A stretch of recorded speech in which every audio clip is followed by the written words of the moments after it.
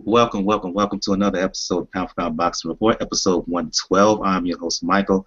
Joining me this week, joining me live from the Midwest, Jay Dill. From NY, Daniel Carpio. From the West Coast, Jacob Rivera. Live from Taiwan, Sean Newton. And also joining us live from the UK, EJ Boxing Live. What's going on, fellas? What's up? How you doing? Hey, Michael. All right. For those who are new to Pound for Pound Boxing Report, Pound for Pound Boxing Report is a live YouTube show as well as podcast/blog that discusses all things boxing. The motto is, when boxing is good, we will talk about it. When boxing is bad, we will talk about it. The bottom line is, if it concerns boxing, we will talk about it. If you want to find information about Pound for Pound Boxing Report, more information, just go to the blog page, p4pboxingreport.wordpress.com. If you check the right of the blog page, you will find links to where to find us all over social media, all over the interwebs, all over the internet. Pages on Facebook, G+, Twitter, Tumblr, YouTube, where you can check out past episodes of the live show. The Pinterest board, the RSS feed, if you want to subscribe and check us out there. The email address, which is p4pboxingrpt@gmail.com. I'm going to repeat that, p4pboxingrpt@gmail.com. Also, on the blog page, you can find the link to find us on Flipboard Magazine, find the link to find us on SoundCloud, iTunes, and since we recently moved to SoundCloud and iTunes, I don't have all the episodes on there, so if you want to check out old episodes of Pound for Pound Box Report, still got the Podomatic link up there, so check us out on there as well. Let's get the show started tonight, fellas. Doing a recap of what went down this weekend. I want to focus on the PBC on Fox triple header that happened last week in LA. The main event of that was, of course, Danny Garcia 12-round unanimous decision win over Robert Guerrero to win a belt. I don't know how legitimate that belt was because of the circumstances surrounding it, but it was a belt. I want to go to you first, Jacob. Talk about the fight, your impressions on what went down. I thought Garcia got off to a bit of a slow start, but around 4 or 5, he started to zone in and find the range and find the shots, landing excellent combinations. Garcia, he started to come on towards the last couple of rounds of the bout, but in my opinion, by that time, Garcia had built too big of a lead. I had him winning by 3 points on my card. Break down what you saw last Saturday in LA. Yeah, I was able to go to the fight, and so I was able to see Gail there later when she was leaving. But, yeah, I mean, I had predicted Guerrero was going to win this fight and given my reasons behind it. And he did start off, well. I think he won a lot of the earlier rounds. I actually scored the fight 115-113 for Garcia. So, I mean, the scores that they had weren't too far off. Although the partisan crowd for Guerrero didn't like it. But I'll probably have to watch it again. But I don't think I'm going to change my mind on the Garcia win. Yeah, Garcia, like you said, in the middle rounds, he started connecting, countering, avoiding or getting away from the pressure of Guerrero. Guerrero did come on kind of later in the fight, and there was a pretty exciting 12th round, but he just didn't get it done, and Garcia did what he does, and he just kind of eked out a win. I think it was a lot more competitive than people thought. So kind of showed, I think, that couple of the points I had made, that Garcia is kind of that overachiever that I always call him, and that Guerrero still, he's a tough guy. He still has a little bit left in the tank. Is he going to be a champion again? Probably not, but he's not going to be a stepping stone either. I'm going to go to you, Dill, then you can follow up, Daniel. Your impressions on what went down with DSG scoring a unanimous decision win over Robert Guerrero. First and foremost, Danny Garcia won the Heymanism Award, as Dan would say. Number 2, the WBC title on the line for that particular level of a fight, it should have been the Khan Garcia fight that should be up for grabs for that title. That's just my personal opinion, but let me get to the point of the fight, what I saw. I thought Garcia won 7-5 solidly. Some people could argue it's a draw if they want to stretch it, but I had Garcia literally winning. The first half, first 3 to 4 rounds, Guerrero I had actively winning because he was fighting more at his pace. But as the fight was going on and Danny was starting to go, jabbing his body to to take his distance and starting to catch him coming in. You know, he was landing the cleaner shots. He was hooking more to back him up, and it felt like Danny was fighting Guerrero like he did Lucas Matisse, land a clean shot, clinch him, and reset him. And every time Guerrero tried to come in forward, lower himself in, he's smothering his offense. He's attacked by right hands by Garcia. You know, rounds 9 or 10 and round 12, and maybe rounds 1 or 2, I gave to Guerrero. And Guerrero in the beginning did kind of hurt Danny a little bit. And I think the commentating was a bit biased, talking about what Garcia's doing, but you know, Guerrero's landing left hands here and there. Guerrero landing a right hook here and there. Guerrero was doing some body work here and there, just like Garcia was. But overall, I had Danny winning. Danny had the more storytelling, the more psychology in the fight, and Robert, you know, what he did in the 12th round, he should did more in round 7, 8, and round 9. And maybe he would have got the decision, or maybe this would at least been a draw, and they would have had a rematch, and it would be all for the marbles. But that's what I thought. And that's all I got to say. Daniel, Sean, and then EJ, if you want to join us as well. Not only talk about the fight, but let's get into the future for DSG. Dill mentioned how really this should have been Amir Khan's title opportunity. It wasn't. In the aftermath, I'm hearing rumblings of a possible Garcia Khan rematch. I'm also hearing some other fights for DSG. But talk about the fight itself, and also talk about what could be coming up for DSG. First you, Daniel, then you, Sean.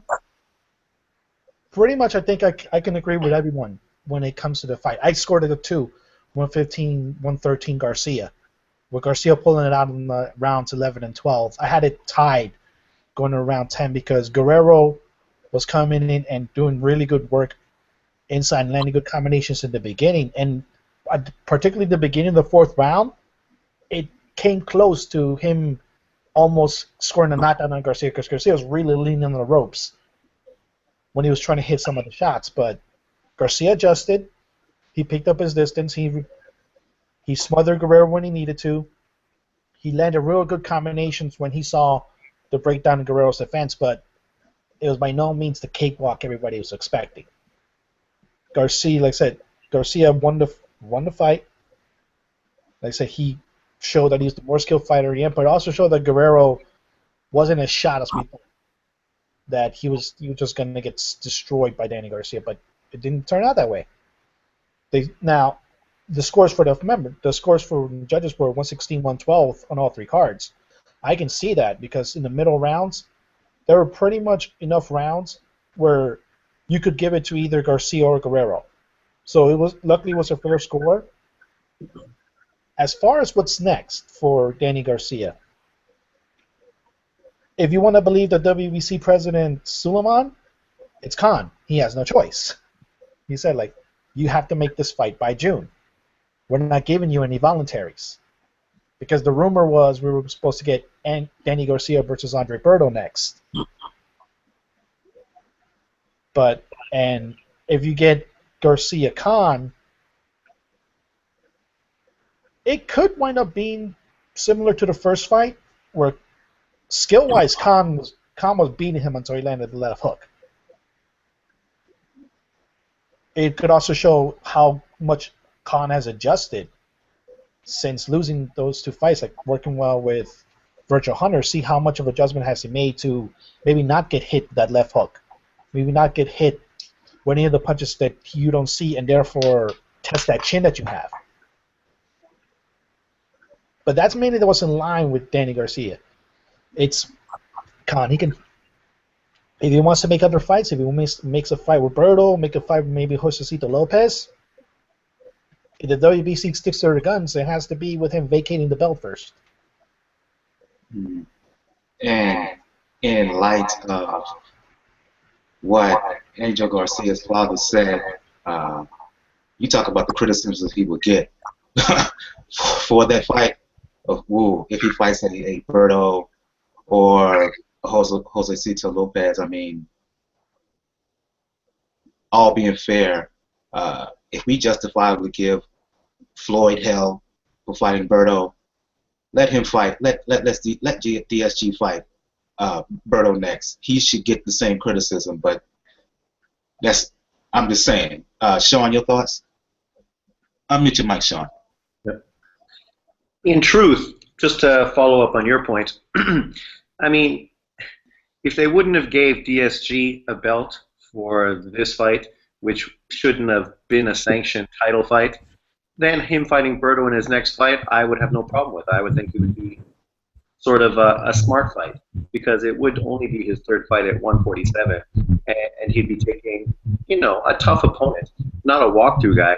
So I could see it as being, you know, a fair fight, and one that would actually sell pretty well, just based on styles. You know, I mean, Berto is not a guy who uses his feet, but he does have power and fast hands, and it would be an intriguing fight. But now that the title is involved, I mean, you know, they have to sort of do what is obvious, which is have a rematch with Khan, even though, I mean, obviously Dad sort of poo-pooed that and said that he wasn't looking forward to any rematches of any kind. But it's a top fight, and I mean, for Garcia, you know, it's a big money fight at 147 for a title. It's a fight that will do very well, and if he beats Khan, which he should, because psychologically he should have the advantage. He knows if he lands his big left, he can put him away. So going in with that mentality, I mean, he should feel pretty confident.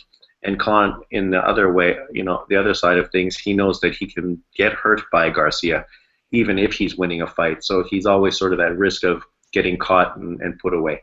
So, I mean, the advantage is in his court. So I don't understand why he wouldn't be keen to take that fight, just because he has already beat him, you know, and he's obviously going to make huge cash for this fight as well.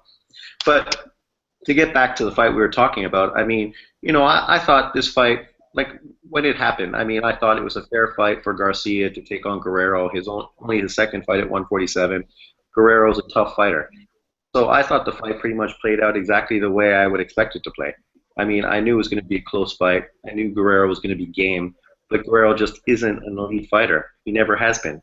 And you know, his biggest problem in this fight, I think, he just sort of wore down, and he wasn't able to keep his punch count high enough, you know, which is why he lost. I had him winning 5 rounds, but a couple of the rounds, you know, they were close, so I could see it going either guy's way. But, you know, I thought Guerrero did what was expected of him.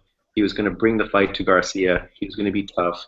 I mean, and Garcia did what he was going to do, which was win the fight, but not really be super impressive in the process, because, I mean, I don't really see him as an elite level fighter at 147. And I think if he steps up to fight Thurman or Brook, he's going to get beat. But it was a good win, a good fight. I thought it was entertaining. And for Guerrero, I never thought he was finished. I mean, people who say that, I mean, I don't know what they're just making excuses before the fight even happens. Guerrero looked bad against Aron Martinez. You know, this happens. Sometimes styles make fights, you know, so it's not a surprise. I mean, it's too bad that Guerrero didn't have the physical, he didn't have the endurance to outland or outthrow Garcia, which is really what hurt him. I mean, him going in against Garcia, he needed to have the higher punch count, and in this fight, he didn't. So it's no surprise to say that he lost the fight. Let's open it up quickly right here before we move on to another fight. And I'll just ask everybody to unmute their mics, please. Okay, Floyd's retired, technically. You got Thurman, you got Brook, you got Bradley, you got Saddam Ali, you got Sean Porter, Pacquiao. Where would you put Danny Garcia within that mix at 147? The bottom. 7, 8. Yeah, around 7 or 8. Jacob? Yeah, I agree. He's going to be at the lower end of that spectrum. And I pretty much agree with that. I pretty much agree, you know.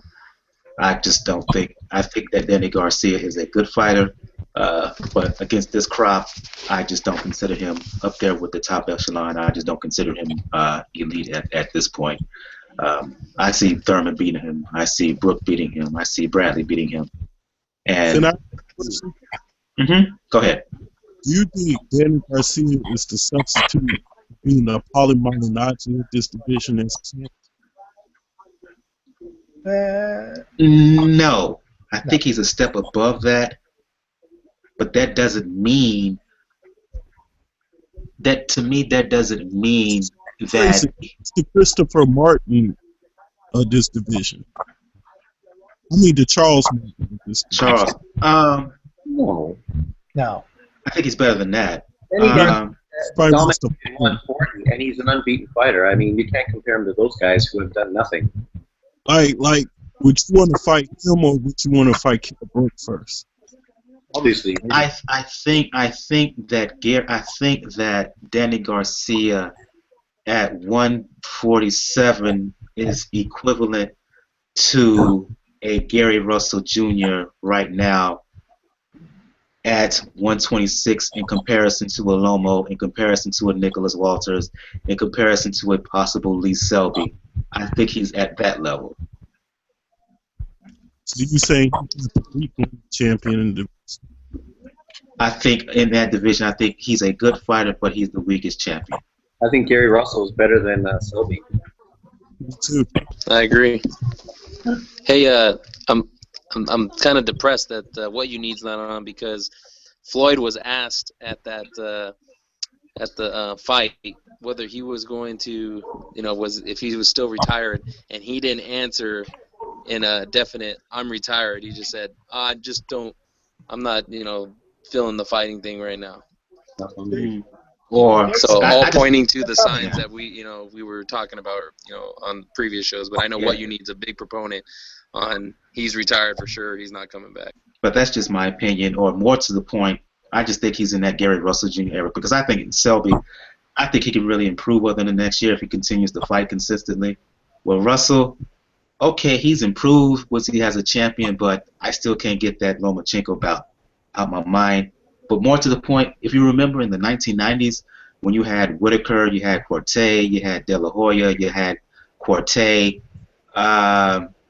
you also had Jose Luis Lopez, who gave Corte a tough fight. I think DSG is in that area of Jose Luis Lopez from that welterweight crop back in the 90s. Vargas. What about Vargas was a junior middleweight, though. I'm talking strictly welterweight. Okay, I was about to say Jose Luis Castillo. He could be Jose Luis Lopez. That's what I mean. That's what I said. Remember, he gave Corte a good fight back in '97. Put him down twice, hurt him in the last one. Yeah, he put it on in Corte, right? He beat. I was shocked as well, man. That guy was promoted by Eddie Hearn's father, Barry Hearn, in that fight, man. That guy was good, man. That guy was very good, actually. He was But Corte still got the win. Yeah, he did. So I will put DSG at that level, but I don't think he's a. That guy beat. I think he's a big. Right as well. He beat Winky Rat as well, didn't it? Yeah, he beat Winky Rat. He went on to beat Winky Rat, Bashed up Winky Rat early in the days, man. But anyway, go and continue, innit? Yeah, he bashed up. Wait a minute. Who bashed? Who are you talking about? That same guy you're talking about beat up Corte. He beat up Winky Rat later on. That Vasquez guy you're talking about. No. Vargas beat Winky Ray. You thinking Julio Cesar Vasquez? You thinking Julio Cesar Vasquez? I'm talking Jose Luis Lopez. Oh, Lopez. Okay, sorry. Yeah. Okay, Lopez. The Vasquez guy, Winky Rat. Yeah, he beat Winky Rat. Because you had a very good crop towards the end of the 90s at welterweight. I'm thinking Jose Luis Lopez. Because remember, he fought Corte, and then the next fight, Corte, he took a long time off and came back in the ring against De La Hoya. So, because if you remember, Whitaker fought on that Lopez-Corte undercard, but he tested positive for cocaine after the bout. Oh, my God, yeah. Now you remember? Yeah, I remember that. Oh, man, I remember that. So that's what I'm talking about. Oh, we all missed the 90s. So, yeah. I want to move on and talk Sammy Vasquez versus Aron Martinez. I'm going to go to you first, Daniel. Vasquez scoring a 6-round stoppage. Martinez had to basically quit because of a hurt, what we know now is a hurt elbow, I believe it was. Yep. Talk about the fight itself, but I also want to give you an opportunity to talk about the commentary on the bout. I know on your show you had some issues with the commentary in terms of how they were talking about Sammy Vasquez as a vet and the issue with PTSD. So talk about the fight itself, but also talk about the way the announcers were framing Vasquez vis-a-vis his PTSD.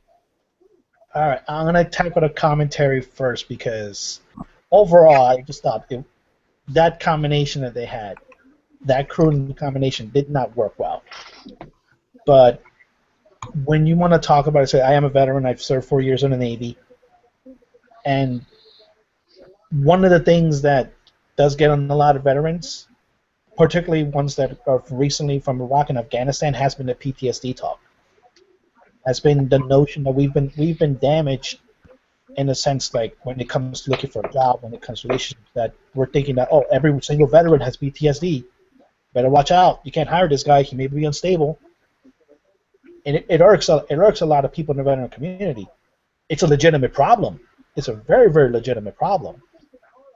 But it's not something that, particularly in the commenting team, had to mention it almost every single time when talking about Vasquez. And we know the story when it comes to Vasquez. It's a very, very good. It's a very, very good source of good heartwarming story. But it's something that it could be annoying, and it is something that, like I said, the veteran community as a whole is trying to overcome.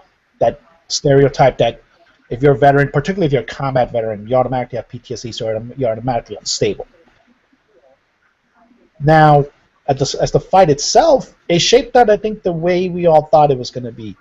Sammy Vasquez was just on a different level than Aron Martinez was, technically wise and skill wise, and it showed early. And Martinez wasn't able to do the same things he was trying to do Guerrero. But then again, with Robert Guerrero, you had a fighter that was similar to Aron Martinez. He's not too skilled, but he's going to bring the fight too. Sammy Vasquez, no, he's going to be technical. He's going to score on points, and if he's going to beat you down, he's going to beat you down with using technique, and that's what he did. And initially, I think they said it was a hand that got hurt, but then we found out it was the elbow.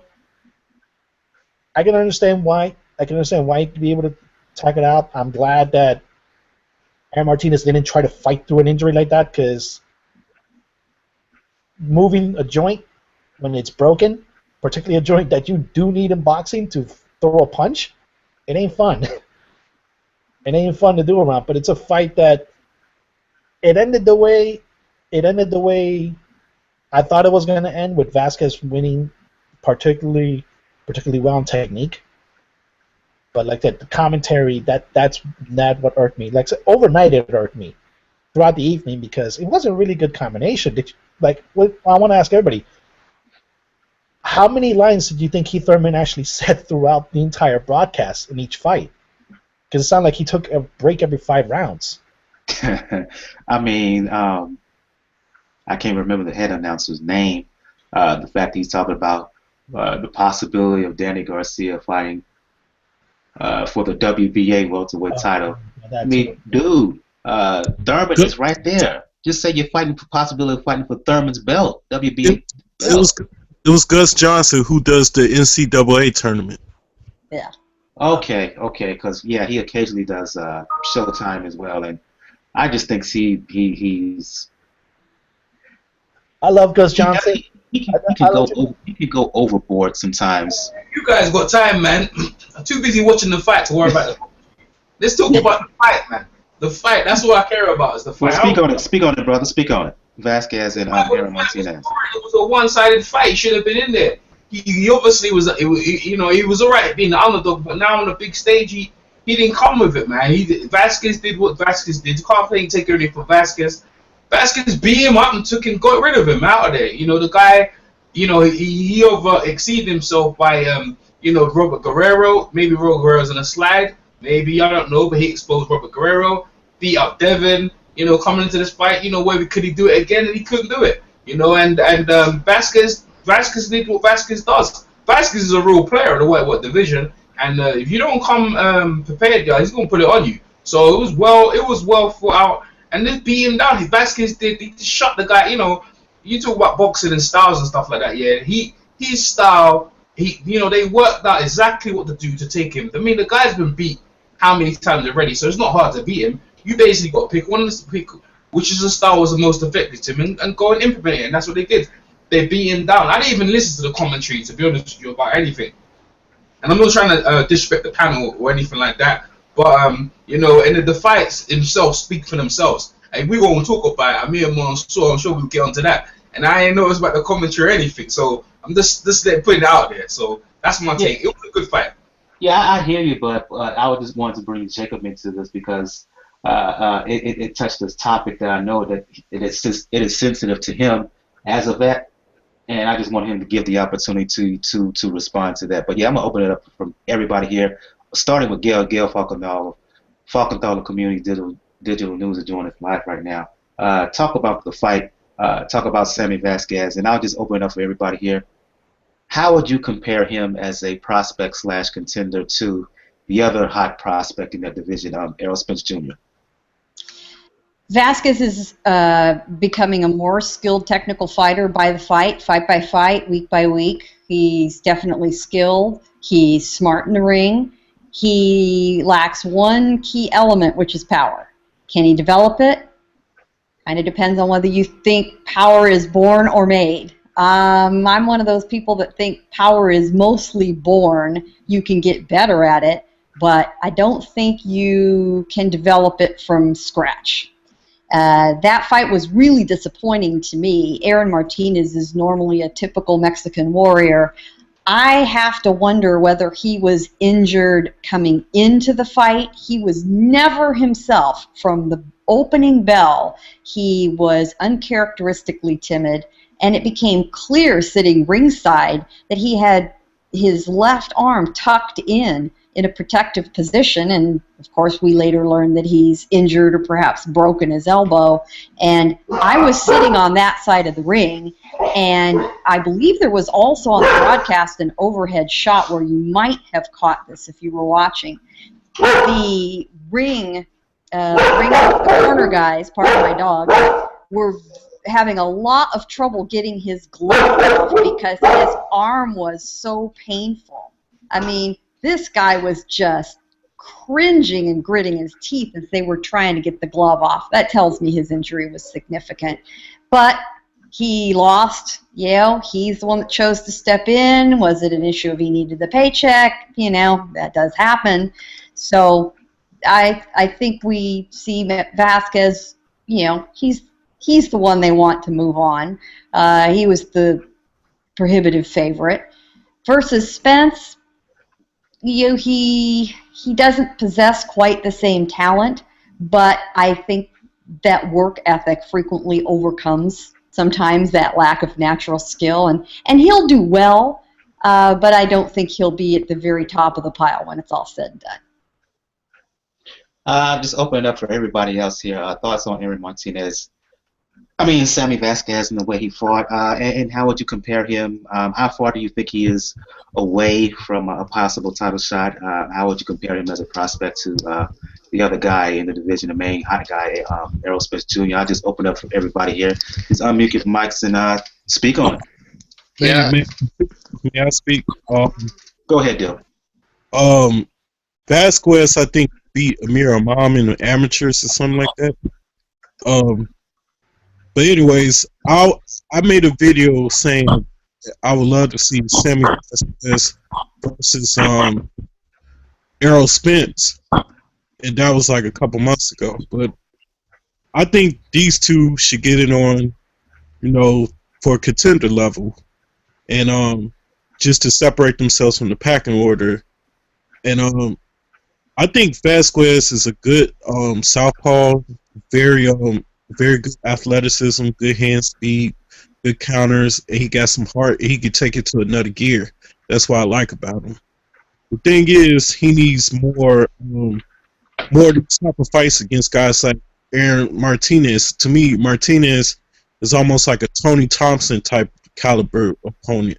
If you could get through them, who's a world beater, then you more likely should be in world contention level of fighting opposition. So since he manhandle and back up Aron Martinez, I think he should get fights against guys like Injicom or guys like what you call it. Like I wouldn't mind seeing him fighting a guy like a Chris Algieri next at 147, just to see how that goes. I think that would be very interesting. Or fight those type of level caliber guys, or What fight about another. Devon Alexander? Yeah, but I'm sick of seeing Devin getting his ass whooped so much. Yeah, if Aron Martinez beat Alexander handily and Vasquez beat Martinez, I don't think we need to see Vasquez against Alexander.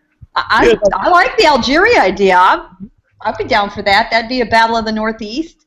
You know, put it on a major undercard. I'll tell you what, it wouldn't be the worst undercard on, except it's coming up so soon, of Thurman Porter at the Mohegan Sun. That'd be nice. Plus Good fight for the undercard. Plus, he didn't sweat that much against Martinez, so I think he's well conditioned to take that short notice, to be honest. You know, that's a good point. That's doable, and they haven't announced the undercard yet, so maybe you heard it here first. Absolutely, absolutely. Jacob, Daniel, EJ, Sean.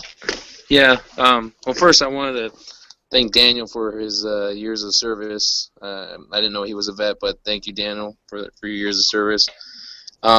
Second of all, so yeah, the Martinez fight, I think Gail hit on the head. I thought this was going to be potential like really good fight of the night possibly, and I was just really surprised being there and seeing Martinez basically be in retreat mode the whole time. The one thing I was disappointed with Vasquez, although he thoroughly dominated the fight, was he seems to be maybe missing the killer instinct, where Martinez wasn't putting up any type of offense. He was just basically retreating the whole time. But when your fighter is able to see that, or it's very apparent, I like to see them go in and go for the kill versus it ending the way that it did.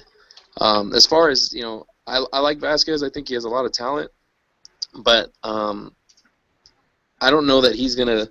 I don't think he's at a Spence level, and I don't know that he's gonna do too much. I like him, but I don't know that it's gonna translate to him being like one of the top guys.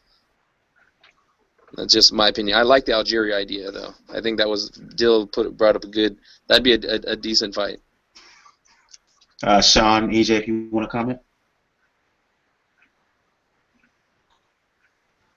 Yeah, we were talking last week about Vasquez and how we thought he was a really skilled fighter and that he would be able to use those skills to beat the aggressive Martinez. But that Martinez was a good opponent for him because at least he was going to push him and be an aggressive fighter and test Vasquez. Unfortunately, it didn't really work out that way, but it's a nice name on Vasquez's record, and now it comes to the point where, much like Spence and a lot of other prospects, we get to see him step up to another level and see how he does in his next fight. And I agree, Algeria fight would be a great fight. They're both. For Algeria, I could see maybe he would look for something a little bigger, but for Vasquez, it's a good opponent. Because Algeria is not the biggest puncher, so that wouldn't be a big issue. And skill-wise, Vasquez obviously is more skilled than Algeria. But Algeria showed that he's able to adjust. He can box on the outside. He can pressure and be aggressive. So with those skills, it'll be an interesting fight, and I would like to see it. I want to move on right quick. Open up your mic, EJ, because I'm going with you on this one. You mentioned Breazeale and Mansour. Sean and I was going back and forth about this before the fight. Breazeale getting his technically it was a stoppage due to the fact that Mansour suffered fractured jaw, cut tongue, TKO stoppage by Breazeale. Your thoughts on this fight, EJ? For me, I thought Breazeale was a little bit lucky here. Sure, I know Mansour, he got hit, he got hurt, ultimately with a fractured jaw and a split tongue. But within that bout, he was landing his shots. I thought he hurt Breazeale a couple of times. I think he put him down, if my memory serves me correct. But your thoughts on this? Do you think? Are you do you agree with me, or do you disagree about how Breazeale was a little bit fortunate to get the win here? Because I thought Mansour was eventually going to catch up to him, eventually, with shots. Listen, mate. Our boxing, yeah, is make your opponent, yeah, and be in a position where you can whoop his ass, and that's what Dominic Breazeale did. Now, Dominic Breazeale is 6'7". Amir Mansour is a small heavyweight, and Amir Mansour coming into the fight, and credit to him, he lives up to the name of hardcore, and that's what it was about. And that's it in a nutshell for me. He came into the fight underestimating Dominic Breazeale, talking about fat can't win, I've got muscle, and he was, to me, the mentality, I mean, that's how he is. He thought, I'm going to go in there, I'm going to thump this big fat dude, and he's going to roll over. Well, like Mike Tyson and what's he thinking, Matt Bryan, you realize when you're hitting someone that big, yeah, and they're not going nowhere, you know you're in a fight. And what happened is that it's easy. That guy doesn't hit, that Breazeale didn't hit that many punches, but the punch he did landed caused some damage. And I don't know what's wrong with Amir Mansour's team. Did they have the correct mouthpiece for him to bite through his tongue? So either they had a cheap mouthpiece, or I don't know what happened there, but his jaw was broken. You see a big dent in the side of his face, and it's not like in any replay we can see that Dominic Breazeale landed anything. But Amir Mansour was in extreme pain, and his corner was throwing his hat down like he lost the fight. I mean, if the man can't do anymore, the man can't do anymore. And Roberto's Ram got criticized for quitting. In this day and age, we're a bit more lenient. We can see the damage. The guy came, he was exciting fight, but he was winning on all the scorecards. All he had to do, in my opinion, even if he had his tongue, he could have tried and boxed him. But that's not Amir Mansour. That's not like Ricky Hatton when he was fighting against Floyd Mayweather. He wanted to please the fans, and in doing so, caused himself so much damage that he ended up being retired in his corner. I feel Amir Mansour was his fight to lose. It was leading up to big fights. It was going to be a fight against Deontay Wilder, the fight he's wanted so long, and you had so much on the line. You could have. I think he wanted to please us as the fans so badly. He would have knocked him out. But really and truly, he was just beating him boxing. He was just easily beating the guy's boxing. And I feel like Dominic Breazeale, big galoot guy, is not necessarily to me was that effective. But he just did a little couple of punches, and Amir Mansour was really hurt. This shows you in the heavyweight division, it ain't about boxing. Sometimes it's about heavy-handed. And Dominic Breazeale landed something on Amir Mansour's face, and it just damaged the whole of the man's skull, man. He had a big dent, like I said, a big dent, fractured jaw, his tongue's ripped. I'm actually going to probably try and contact him next week, try and interview him to get more details, as if his tongue's grown back or been stitched back. I mean, look at the stitches, like 30 stitches in his tongue. I mean, I put a picture of from Sky News on his page, and he liked it. He said, yeah, that's a good pitch. He liked a good picture of himself, so he's in good spirits and stuff. But I'm just saying, it was his fight to lose, and will he be back again? He's 42 years old, 43 going. We'll probably see him again, but I think that was his last kind of big fight at the Apple, because it's not going to get easier than that. The guys are big, man. Their guys are big. A lot of people was comparing if Mike Tyson was in this era of the guys 6'7", how would he do? And a lot of people feel like Mike Tyson probably wouldn't be that successful, but I don't know. But yeah, for me, it was Amir Mansour's fight to lose.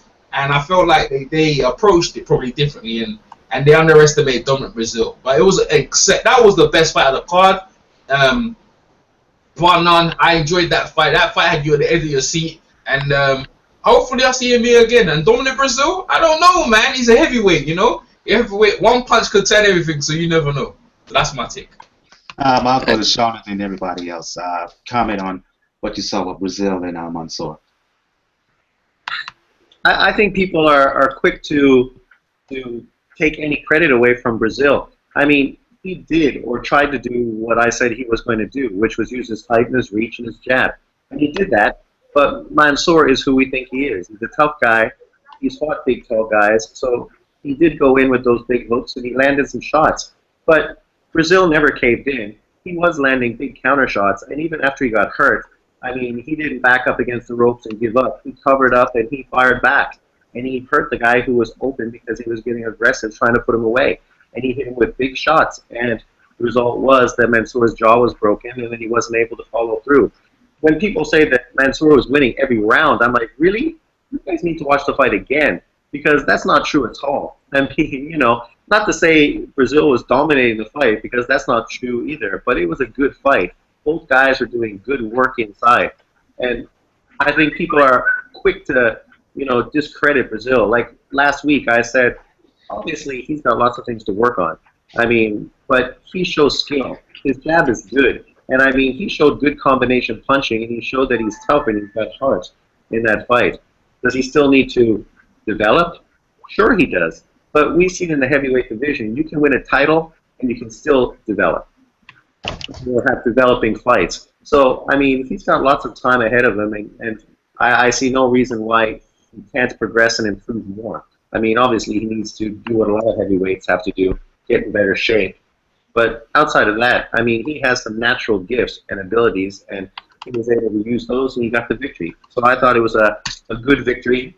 Nothing against Mansour. Like mentioned, he is a small heavyweight, and it's tough for the small guys to get inside consistently and land those big shots, especially against big guys. I thought what Breazeale could have done a little better, and I thought he would have, was hold him more on the inside. I mean, I saw him hold him, I think, once after he got knocked down.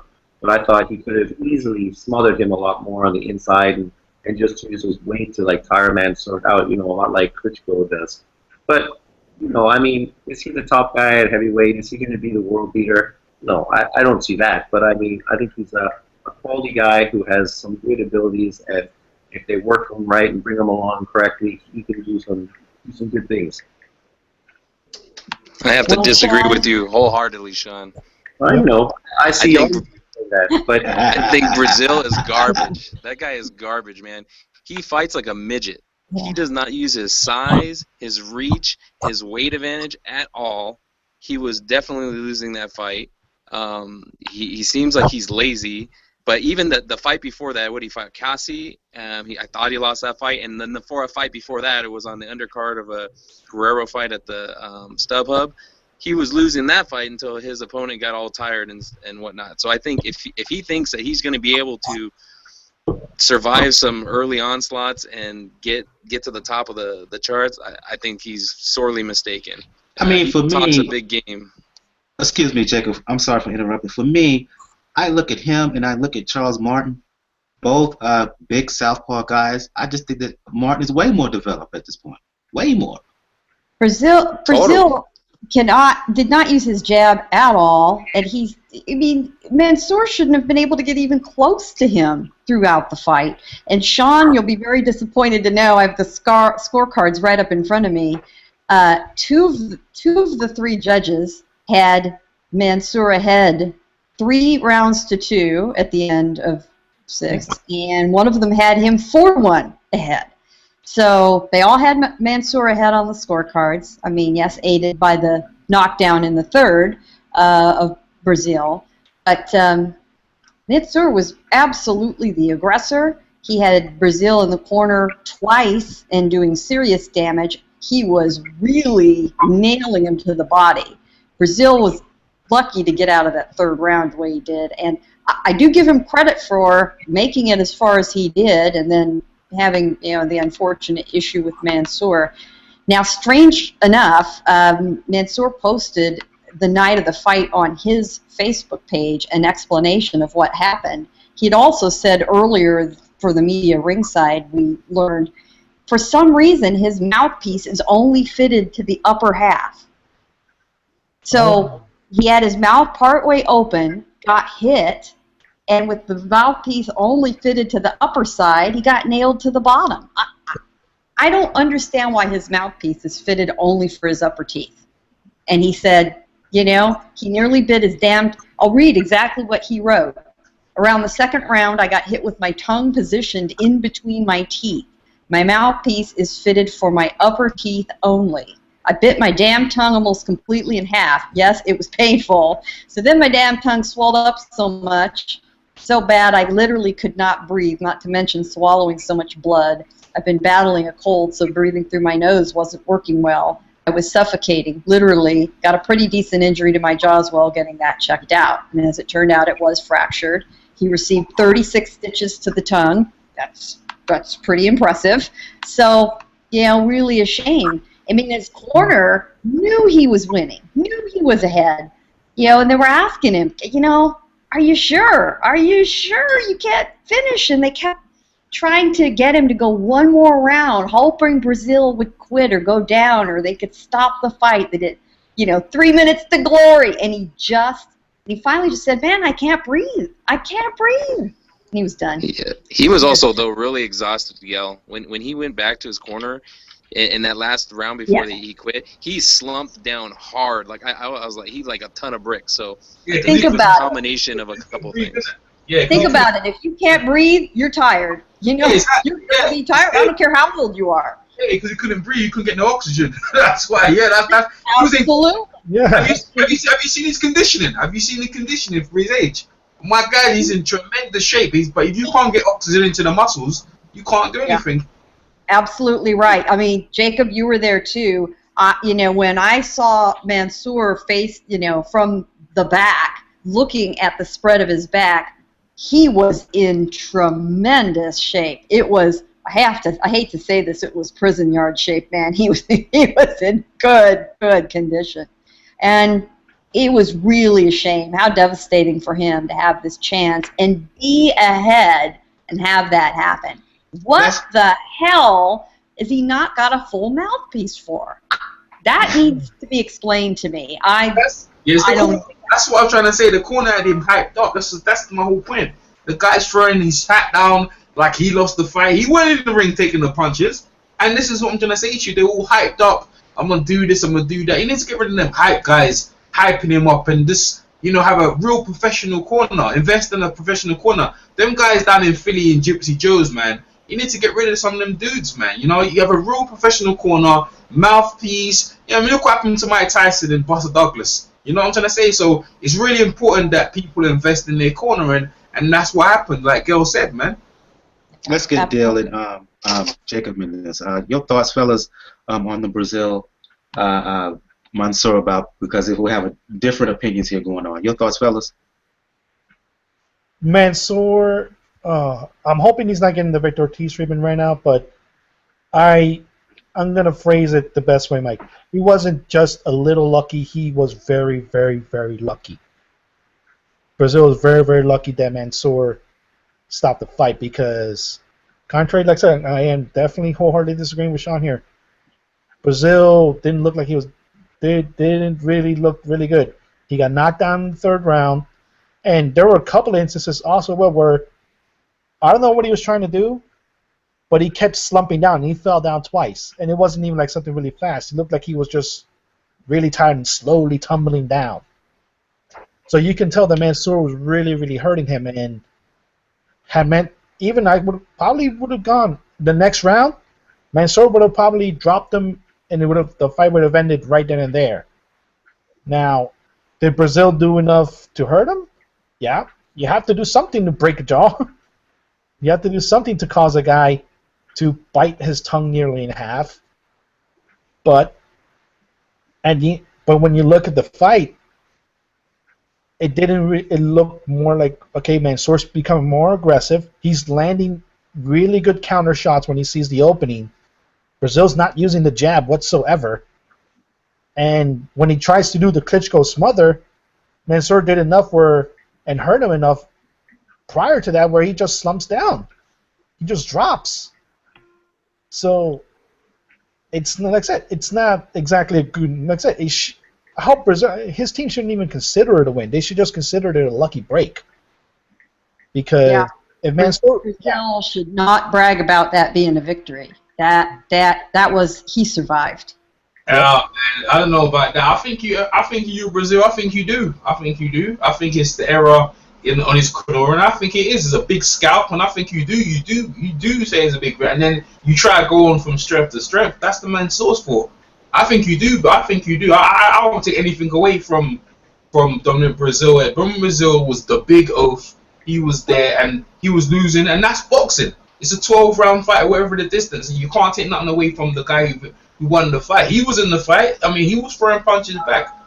To be honest with you, like Amir Mansour and his corner and stuff like that, they were probably looking past the look of the Wilder fight. I think Dominic Breazeale will be a player. I don't see him do anything. But like I said, it's the heavyweight division. Anything can happen. I don't really see him doing anything seriously. But if you put him in there with some of them dudes, man, anything could happen. So don't be surprised.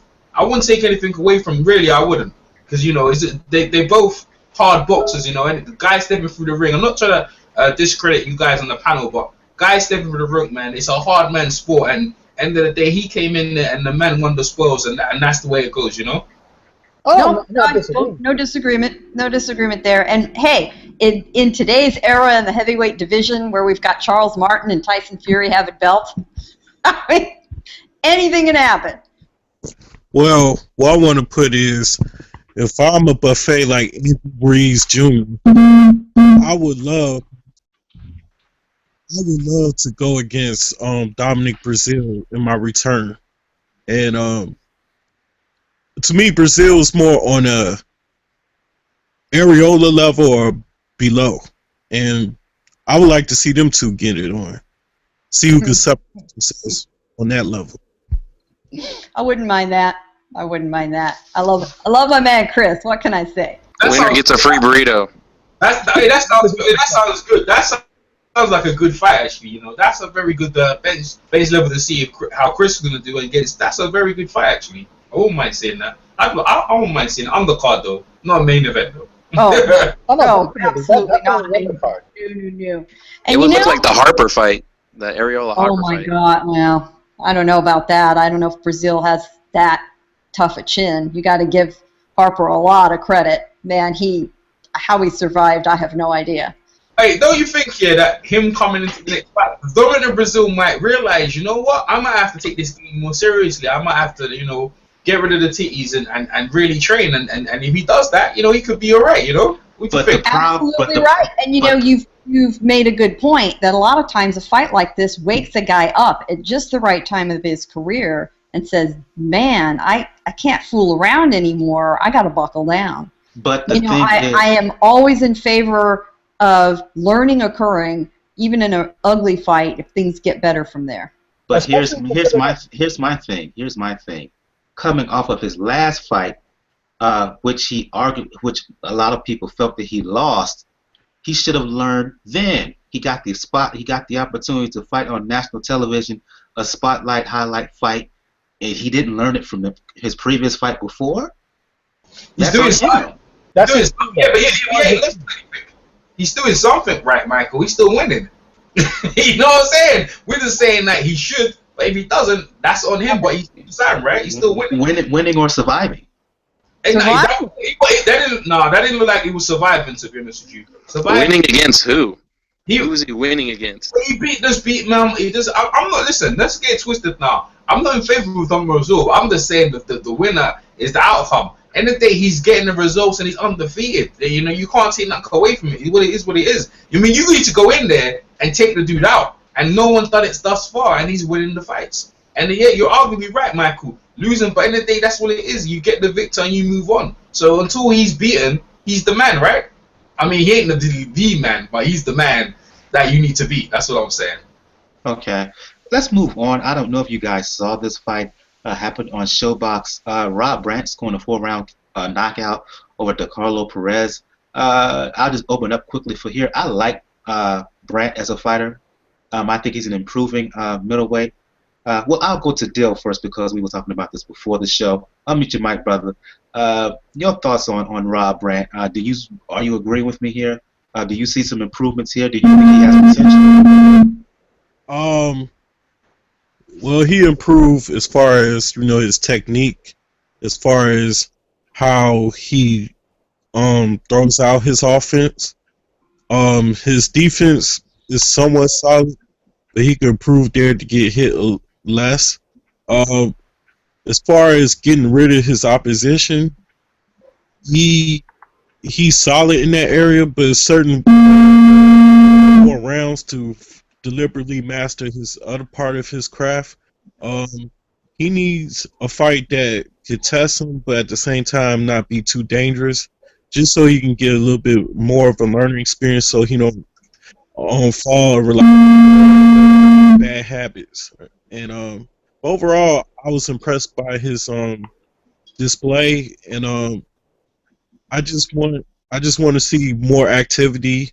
Fight like 7 times this year, and let's see what he becomes at the end of December. That's my opinion. I'll just open up for everybody else here quickly. For those who saw the fight, just comment on it, please. Good fight. He's showing progress. That's all you can ask for a young guy. Doesn't hurt to have a little fresh blood in the middleweight division. As we know, they're all shuffling their cards around, trying to decide who's going to fight who, and everybody trying to avoid Triple G. So if we've got a guy ready to go, good for him. Yep. It's definitely a decent. It was good. It was a good fight all around. And I'll say this: that entire Showbox card was good all around. It had really good fights. It had people that some early excitement has showed really good people, and it was a good step-up fight. Yeah, it was surprisingly an entertaining card. I mean, did we see boxing perfection? No.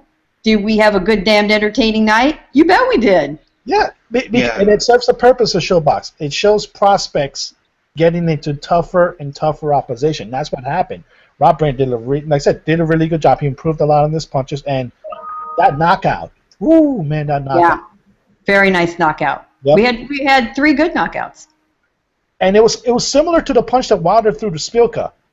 It came in like a downward right punch, and the effect was almost the same. The only difference was that the guy bounced off the ropes with such force that he landed on his face. Right. Which made for a very spectacular looking knockout. Just the kind of stuff you want people new to the sport to see, because it's a real wow moment. Yeah, absolutely. Yeah, Big Baby Miller scored an exciting win on that card, and I can't remember the first fighter. I don't want to butcher his name, but with his dancing self destroying the guy, Ayubov destroying Jared Robinson and dancing after the ring. I don't know what he was doing. Hell, I don't know. It just put multiple dances all into one. So, yeah, it was an entertaining card. Indeed. I want to talk about, get into some news here. I'm going to split it up here because we're running a little bit long. Split up here between everybody else. I'll go to you, Daniel, and then you can follow up, EJ. It looks like negotiations for Kovalev, a possible Kovalev-Pascal bout, has broken down. Give some insight on that, Daniel, and then you can follow up. Stevenson, you mean? Yeah. Stevenson. Kovalev-Stevenson. I'm sorry. Yeah. Kovalev-Stevenson. I'm sorry. Mixing up his nations. Yeah, I'm thinking about the fight happening this weekend. I'm sorry, but go ahead. I was like, that fight's off? What happened? Yeah. Well, they got into it yesterday, so you never know. But yeah, Kovalev-Stevenson, a possible matchup happening in June. It looks like it's not going to happen. So speak on it, and you can respond, EJ. Okay, well, the main thing that happened was, and everybody pretty much thought there was going to be a good idea to fight in June. Jan Michel, who is Stevenson's promoter, he put out an article, said we received the fair offer. The only sticking point and the main thing that pretty much broke the negotiations down was Kathy Duva's insistence on having it being just HBO, because I think Ron Michel wanted to push it in as a joint Showtime HBO feature, and he actually said, I took it to Espinosa. Espinosa said, we can work it out. We have the template already in place to do it, so everybody know how to do it. But it speaks, unfortunately, to a bits of the situations when it comes down to it. Kathy Duva, unfortunately, is still afraid of upsetting any brass at HBO if it means taking Kovalev off HBO, because right now they have an exclusive contract. But this new regime that HBO has, I think they've made it known that they're making a couple of exceptions here and there if it benefits the network. And if they're willing to work with Heyman fighters, they should be more than willing to make an exception here. So I don't understand her position. No, well, her position falls into the thing where it involves Heyman in the sense, because all the time buys that Heyman has done over the years, it helped end her series that she had with NBCSN. Remember, before the PBC, it was main events that were airing fights on NBCSN. That's actually one of the first times I saw Kovalev on. was on NBCSN, and she's afraid to upset HBO because, unfortunately, with all the time that Heyman did, he kind of pushed anybody that was not in him with Heyman to go to HBO. So that's the only playground that actually works, unfortunately for her, and that's the mentality that she's going with, where I can't upset HBO. It doesn't matter if they get a share in it. I can't upset them. So how many fights does he have left on his contract? Kovalev? I think no. They signed a new one. I think. Yeah, I know they signed a new one, but how many more fights? What was it for? Oh no, it's a 3-fight. It's a 3-fight deal. So they're gonna. So it's now this one Pascal, the one in June that Kathy Duval now wants to do in Russia, and then Ward. Finish up with Ward, yeah. Yeah, finish it up with Ward, and then just start a new contract from there. I think they do it like year by year, but she's just afraid of upsetting them at the moment. And like I said, she wasn't doing anything unfair. Michelle called the offer very, very fair to fight Stevenson in June. Would it be the last time that they negotiate? I think Michelle said as long as these two guys hold the belts, there's going to be a call for the fight, and there's always going to be a chance for the fight. It's just the onus has to be in Kathy Du, but it'll be a little bit more lenient and see that the new HBO regime can work with Heyman or can work with Showtime. Even, I could say that a Showtime HBO pay-per-view on this fight could be a little ludicrous, but the template is there. They know how to work together. Espinosa's down with the idea of working together with HBO again. So it's up to her to see that it's not going to hurt her as much as it would have under the old regime. Your thoughts on this, EJ, or just like blah, blah, blah, let's get the fight to happen? Hey man, like that's actually some good shit. Look, man, Mayweather and Pacquiao happened. Why not Kovalev and Stevenson? Exactly. Why not? Why not? Like that's the big money fight for the networks. It'll be they could both promote it.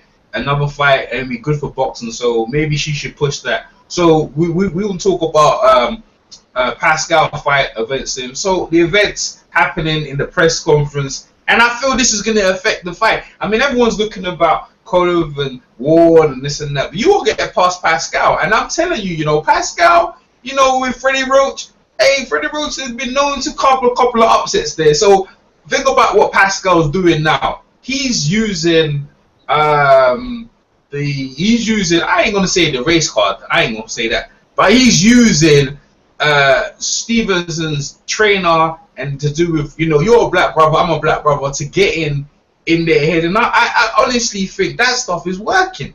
That stuff has rattled the whole damn team. And you know why? Because the thing is, when it happened with the whole gorilla incident with Stevenson, if John Jane Jackson came out and said, you know what, Kovalev made a mistake, I'm talking to him himself, he didn't really mean it and it was cool, but it would have been fine. But because he left it, now the thing, it's been now to fester, and Jean Pascal very smartly, wisely using that, and now he's getting into the seams of the gap and seeing the tension in the team. First thing he puts in is that they haven't trained together. It's only 3 weeks you've come together, so there's dissension there. Nothing as well. He put banana on John James Jackson's table. I mean, how are you supposed to react to that? You know what I'm saying? Like saying, well, he's basically saying you're cooning. And then obviously James Jackson's out of sync. He's going like he's gonna fight Stevenson, Pascal. The whole thing is, listen, them sort of things can mess up your whole team. Because let me one minute. I'm sorry. You're supposed to be cool, calm, and collective in the corner, correct? And giving it advice. But now he'd be a bit personal, a bit touched.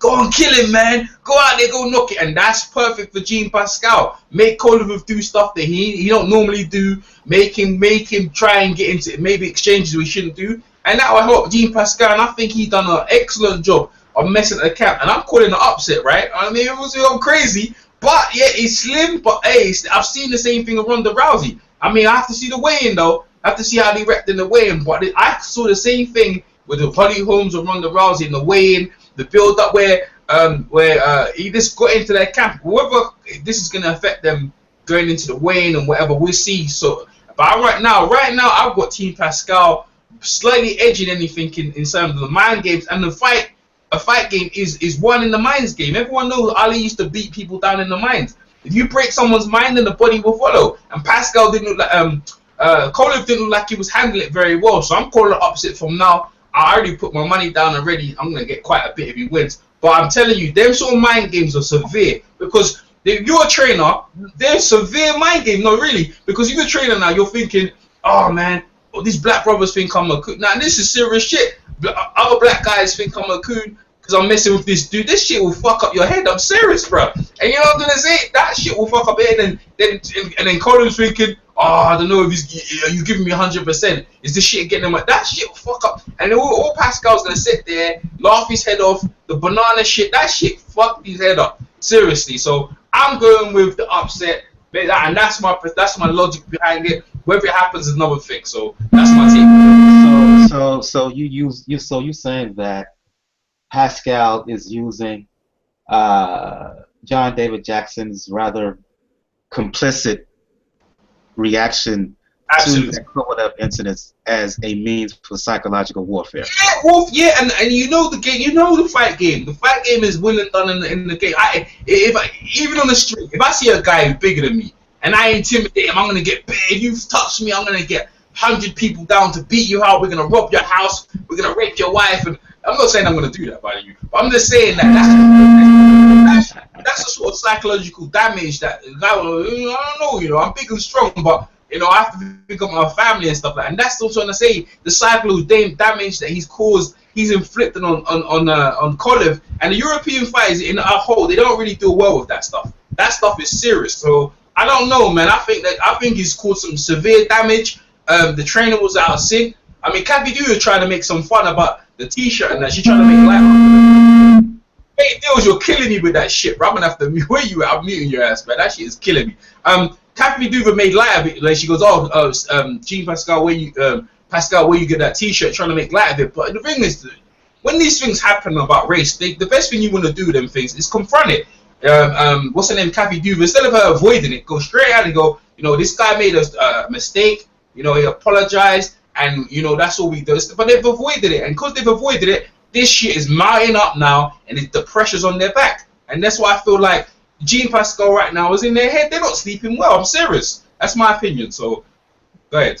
All right. What I wanted to say is, stop typing, guys. All right. What I wanted to say is, pretty much. Mute your phone, J Dills, man. You need to mute it with this. I don't know, man. That shit vibration is killing. But go ahead. That's going in the chat thing on this hangout call. All right, guys, stop typing when J Dills is doing this thing, and then it won't vibrate. All right, go ahead. All right, so here's my point, man. Number one, like I said, Mr. Boxing Today's 2's video with him on the collaboration is, yes, like EJ just emphasizes, yes, it's psychological warfare, but like Mr. Boxing Today and I both agreed, it's also nervous energy with Pascal. Because when you think about it, was Pascal acting like this against Chad Dawson when it came to press conferences and stuff? No. He said he respected him like a family man, like him and stuff like that. But when it was against guys like Bernard Hopkins and Kovalev, he's going, take the test, take the test. Now he's throwing banana clips and everything, or whatever you want to call it. The point is, he's acting like a fool, and yes, maybe he wants Kovalev to fight a certain way where they both can exchange, and he can have that one-hitter quitter that knocks Kovalev the fuck out, where he gets that puncher's chance. Because let's face it, Pascal don't have the stamina to box with Kovalev for 12 rounds. Number two, he's not consistent or active enough to win these rounds to out-hustle him. And number three, you know, Kovalev is going to locate him. He's going to get his jab busy. He's going to go to that body. And Pascal keeps running into Kovalev's right hand when he does unnecessary movement. The only way Pascal has a chance in this fight is utilizing that jab, but go to Kovalev's body and stop being hook happy, but lure Kovalev in to some shots. But he don't have the patience. He has the bad habits. So what does he do? He knows who he really is, so he's going to psychologically fuck with Kovalev and his trainer to want to come at him and try to beat his ass so they both can exchange and go at a war and make this a 2 to 3 round fight. And damn if he do, damn if he don't. But I hope Adonis Stevenson comes in that ring if Pascal loses this fight and says he wants to take on Kovalev because he's had enough breaks and he should just call him out. And hopefully he sees some ways to exploit Kovalev from what he's been observing with his other Haitian brother who stays in Canada with him. And other than that, you know, this is just some good entertainment, even though it's some racial undertone intention, but it's a bunch of bullshit because let's face it, Pascal has nervous energy, but at the end of the day, it is selling the fight, and drama sells because most of his fans are drama driven. So it is what it is. That's all I gotta say. Yeah, that was an interesting discussion. I want to move on to some other news. We were talking about this before the fight. Sean, open up your mic, please. It looks like it was announced today, as a matter of fact, that Julio Ceja, who has a belt at 122, he's going to fight a rematch against Hugo Ruiz. Ruiz and Ceja, they fought on the undercard of Abner Mars, Leo Santa Cruz late last year, one of the fights of the year. Ceja with a dramatic come-from-behind knockout. They're going to fight again on the undercard of Santa Cruz, Kiko Martinez, February 27th next month. Let's just hope that this rematch is as entertaining as the first fight. I can't see how it won't be. I mean, Ruiz shows that he's a skilled fighter. I mean, last time around, he showed that he was the more skilled fighter, and he was doing his thing. But with Ceja, he's a tough guy with a wicked left hook. And when you're watching him throw those left hooks, you know, sooner or later, he's going to land one of those hooks, and we'll see if Ruiz is going to be able to take it. And he wasn't able to take it, and the fight was over as quick as it began. But in this time around, I think Ruiz is going to come in a lot more aware of the left hook, and he's going to be more cautious. So it might not be the barnstorm fight it was the first time around, but you know Ceja is going to try to turn it into that. But I would think that Ruiz is going to stop him inside the first 6 rounds, which he showed that he was, you know, able to do the first fight around. He just got caught in the process. But yeah, I just think that Ruiz, he's more versatile in his attack than Ceja, who's a bit limited, bit heavy-footed. He has power, but if Ruiz, to your point, learns from the first fight, learns to stay away from the left hook, and just basically just come at him from a different angle and employ the jab more, I think he will be more successful and avoid the punches in the rematch. So I agree with you on that one. I'm going to you, Gail. Then you want to further comment, Sean, quickly? I was just going to say, and he has the power because, I mean, he hurt Ceja the first time. He had him down. And, you know, he has everything he needs to finish that fight. So he just needs to make sure he avoids that big left, and then he'll be fine. Yeah, absolutely. I'm going to you, Gail, and Jacob. It looks like Sullivan Barrera has talked his way into a fight with Andre Ward. It was announced today that agreement has come. They will fight March 26th at the Oracle in Oakland. Comment on it, because you talk about some hellified trolling on Twitter. Barrera has been doing that towards Andre Ward. So you just comment first, you, Gail, then you, Jacob. You know, I don't think it's necessarily the trolling that worked. I think it was the fact that, you know, Ward is a certain, you know, size hole, and they had to find the right peg to fit in, you know, pardon that metaphor. But, you know, it's got to be a guy willing to come to Oakland on a certain date, be ready, clock is ticking, he's out there. Yes, he was trolling, but, you know, I think eventually they decide, well, why the hell not? Okay. Good. Fine. You want it? You got it. You're going to agree to our terms, which very few others want to do. Good. All right. You know, give the guy a chance. Give him credit. I'm kind of amused by it. I'm in a very strange way looking forward to that. I am far more excited about the super bantamweight rematch. They are going to be in the perfect venue. Anaheim hasn't hosted a fight at the Honda Center in, I was trying to remember when the last time was. So we're going to have a very partisan Mexican and Mexican-American crowd there. This is perfect on the undercard. It's one of those times where it's just a really good fit. The time is right. I mean, I don't think the outcome will be any different. It might go a little longer this time. but it'll certainly be exciting. Good fit. I'm looking forward to it. Your thoughts, Jacob? First on the Barrera fight, I actually think that's a pretty live fight. I'm not picking Barrera to win that fight, but I think that's going to be a tougher fight than people think. Barrera did win his fight to become Kovalev's IBF mandatory, which I actually was at that fight, and Kovalev's fighting Pascal, so he needs to get some work in. So it's good to stay active. And if Ward is going to eventually fight Kovalev, which I don't think will happen, definitely not this year, but if it does happen, it's good that he's not fighting the Smiths of the world, because he's got to get ready for Kovalev if he's going to want to be competitive in that fight. He can't be fighting any soft touches. As far as that other fight, I'm going to be going to that Honda Center fight on 27th. And my company actually has a suite there, so I'm trying to get the suite so that we can kind of party down there. But I'll be there for that, Nice. And I'm glad they made that rematch. And I think in the first fight,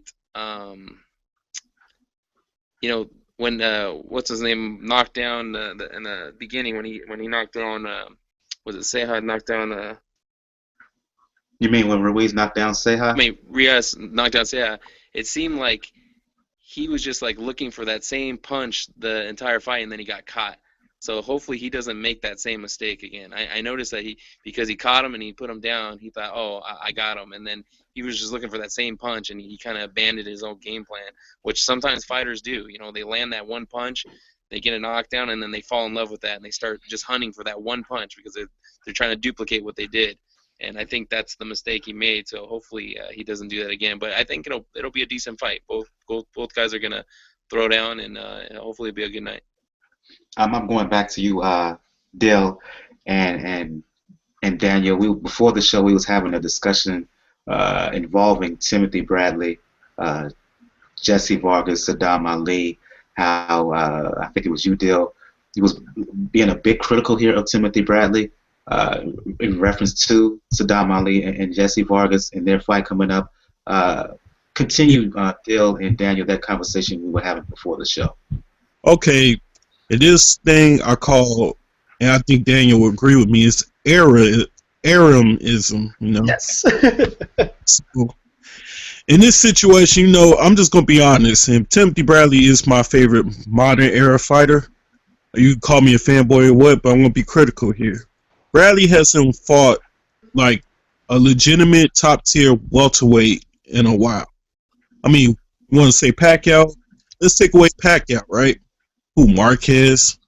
Who, Rios? Who, Algieri? Who? I mean, what, Abregu when he first stepped up? That's his other best win. Because I don't really consider Marquez a great welterweight. I don't consider Algieri a great welterweight. I don't consider Rios a great welterweight. I mean, Chavez, he draw with him, but Chavez, So when I think about it with Bradley, he got high caliber wins with the Marquez and the Pacquiaos. Whether you agree or not with the Pacquiao fight, that's up to interpretation. But my biggest point is this, man. Timothy Bradley, what does it look like? You're about to fight Manny Pacquiao, and let's say you win that fight, right? What does it look like going from Pacquiao to Saddam Ali all of a sudden? Or fighting Saddam Ali before Manny Pacquiao, a guy who didn't even have a 12-round scheduled fight yet until now with Jesse Vargas. Let's say skill-wise, Bradley and Ali are 50-50. That's a competitive fight. But let's say Bradley pulls that out. Would people with a casual fan view say Bradley is cherry picking?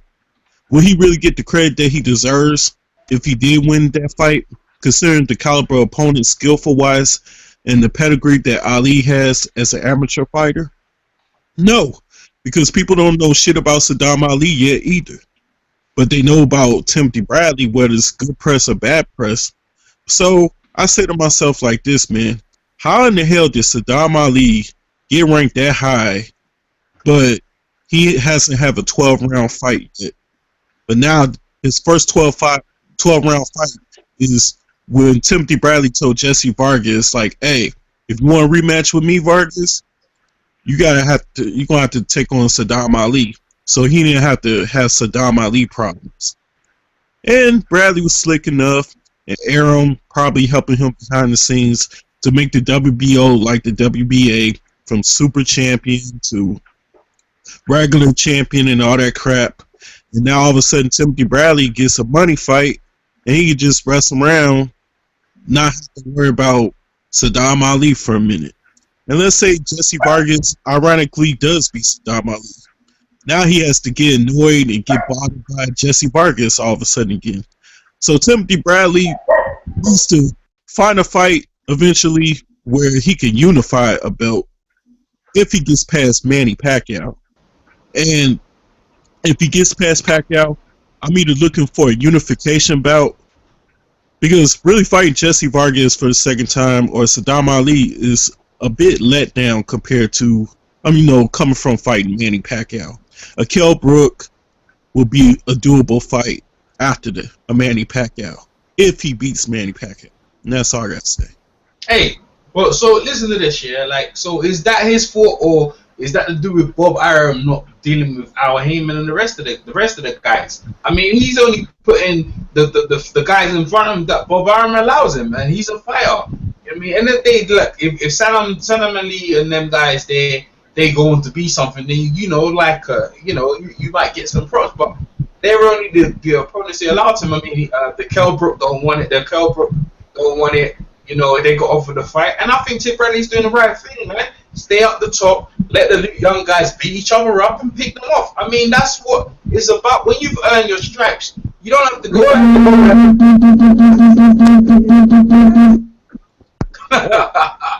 Someone's typing. Go ahead. Well, when it comes to this situation, it does come into the dollars and cents. Yeah. I have personally griped about Timothy Bradley not fighting Saddam Ali because he's been this mandatory for a minute. And Saddam Ali, like when he fought Rios, Saddam Ali didn't take any step-aside money. He was waiting right there. And I don't think he was doing – Arum was doing favors for Tim Bradley when it comes to the W situation. He was doing Manny Pacquiao a favor for the W situation, making – so naturally Pacquiao will beat Bradley again, and therefore he'll have another belt. He'll once again be technically welterweight champion. And, absolutely. Yeah. Absolutely. And then we're going to see Pacquiao defend that belt because I don't think anybody really believes that this is Pacquiao's last fight. But when it comes to Tim Bradley in this situation, it is dollars and cents. He has a pretty decent contract with Top Rank and HBO. So the fight has to make sense and pay him the amount of money that they owe him. And unfortunately, Saddam Ali, as much as, I would probably consider a 50-50 fight, skill-wise, it's not worth it when it comes to money, to put it into that aspect. Now, can things change? Like if you want to do, can things change in a unification setting? Absolutely. Because let's say Timothy Bradley beats Pacquiao, and Saddam Ali takes care of Jesse Vargas. The WO gets put into the position there where, okay, we either have to make you guys fight, or one of you two has to go fight Kell Brook. Which I will bet you in a minute, if that's the option Oscar De La Hoya has, he'll make that fight in a minute. Because that means another real legitimate belt on his corner. But with Timothy Bradley, he's a really good technical fighter. I'm pretty disappointed that he wasn't as promoted as well as he could have been, because that dude has a work ethic of a horse. Hey, that's to do with him though. He that's to do with him and his decision making and choosing the promoters and the people he wants to be. I mean, he could be like Mayweather, have his own promotional company and be. And he's big enough now. He's a big enough star to do that. But he hasn't done that. And with the Pacquiao saying he retired now, if a fighter says he wants to retire, he's not enjoying the sport no more. And I think probably with the Mayweather loss must have took a lot out of him. If he's saying this is his last fight, I think he should retire, because if you go back in there and your mind's not 100%, that's when you get beat. We don't know how focused Pacquiao is going to be for this fight, and Bradley's coming in with the fireman, so he's all motivated and stuff. But I'm saying is that this is the way the game is. The guys at the top, they move the chessboard. And absolutely what you said about Bob Arum, making Pacquiao go out with a win and a belt, and I believe that's actually a good move. More looking at Pacquiao than Tim Bradley, but that's what Tim Bradley chose to be, and maybe he doesn't see all the players at the top, but that's what's going on. Go ahead, girl. Little girl wants to say something. Go ahead, girl. You're going to say something. No, I absolutely agree. Everything that we've touched on all plays in. Back to the risk versus reward portion, you know, you don't want to go into a fight where you risk getting a beatdown if a huge paycheck doesn't go with it. You know, Marcos Maidana, if he wants to, can retire off 2 checks from fighting Floyd Mayweather. You know, it didn't really matter whether he won or not. He earned 2 huge paychecks. And, you know, Marcos was smart enough to get two big paychecks, not just one, from fighting Floyd. And he can eat himself to death on his ranch if he wants to, and it looks like he is. All his friends can come down and party with him. But Saddam Ali, you know, you're going to risk a lot for not a really great paycheck. So, you know, there's no point to that. Then you got Bob Arum, who, you know, just has his thumb down on top of all these guys. And one thing Arum has been, give him credit, has been very, very loyal to Manny and Manny to him. And Manny has made that man a lot of money, a shitload, a boatload. Ever you measure a big, big-ass amount of money, Pacquiao has been that man's cash cow. And he is going to try his best to keep a good relationship with him after he's out of the business. Because remember one of the other things that Arum wants to do. Arum wants to control the market in Asia. You know, that's why he keeps taking fights to Macau. He's trying to build up that market. And he will have a huge ally in the future president of the Philippines if he's still on good terms with Pacquiao. So everything is going to be loaded Pacquiao's direction as long as Arum is walking this planet. Now, let's also remember Bob Arum's 82 years old. He certainly doesn't look or act like it, but he is. So, you know, I don't know what the succession plan is over there at Top Rank. That all could factor into it. You never know. Bradley's manager is his wife, Monica. Monica has made no secret of the fact she would really like to see him get out. She's thinking maybe 1 or 2 big paychecks, and that's it. She doesn't really want to see him face anyone like Ali. That's not a big enough paycheck for him to retire to the desert on and run his gym or whatever he's going to do. No percentage in that. So all this stuff is messing up the various, you know, potential real matchups that we'd like to see. And remember, we may be seeing, you know, I mean, technically, you have Danny Garcia at that weight. You have all the Heyman guys. You certainly have Keith Thurman and Porter, Brooke. You know, Amir Khan, talk about trolling. He was at Staples Center trolling last week. Oh, man. Yeah, you've got all that group. Plus, look at the guys coming. We just talked about some of the up-and-coming talent in this division. So, you know, I think that predicting how all these matchups are going to happen sheerly by talent is a mistake because there are so many other factors involved, and it's all on the business side at this point. Let's bring Jacob and Sean into this discussion right quick because it's pretty interesting what's going on. So yeah, Jacob and Sean, your thoughts on this before I chime in with the comment? Unmute your mic, please, fellas. Is it so that are we commenting on whether this whole situation with Bradley and Saddam Ali? And, I mean, I think most people probably know how I feel. I mean, again, I wish it wasn't all these politics and about how we're making the most money. I wish it was I'm going to fight the best. I wish the rankings meant something, that if it's your mandatory, you're fighting your mandatory for your belt, you're unifying belts. I wish that's the way it was, but it isn't. It just, this is part of the politics of boxing. I hate it.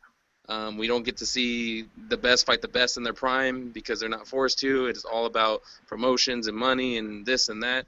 And it's not like kind of in the old days where it was more kind of cut and dry in the sense that, you know, there is more, I think, of those fights where people did fight people at the top of their prime.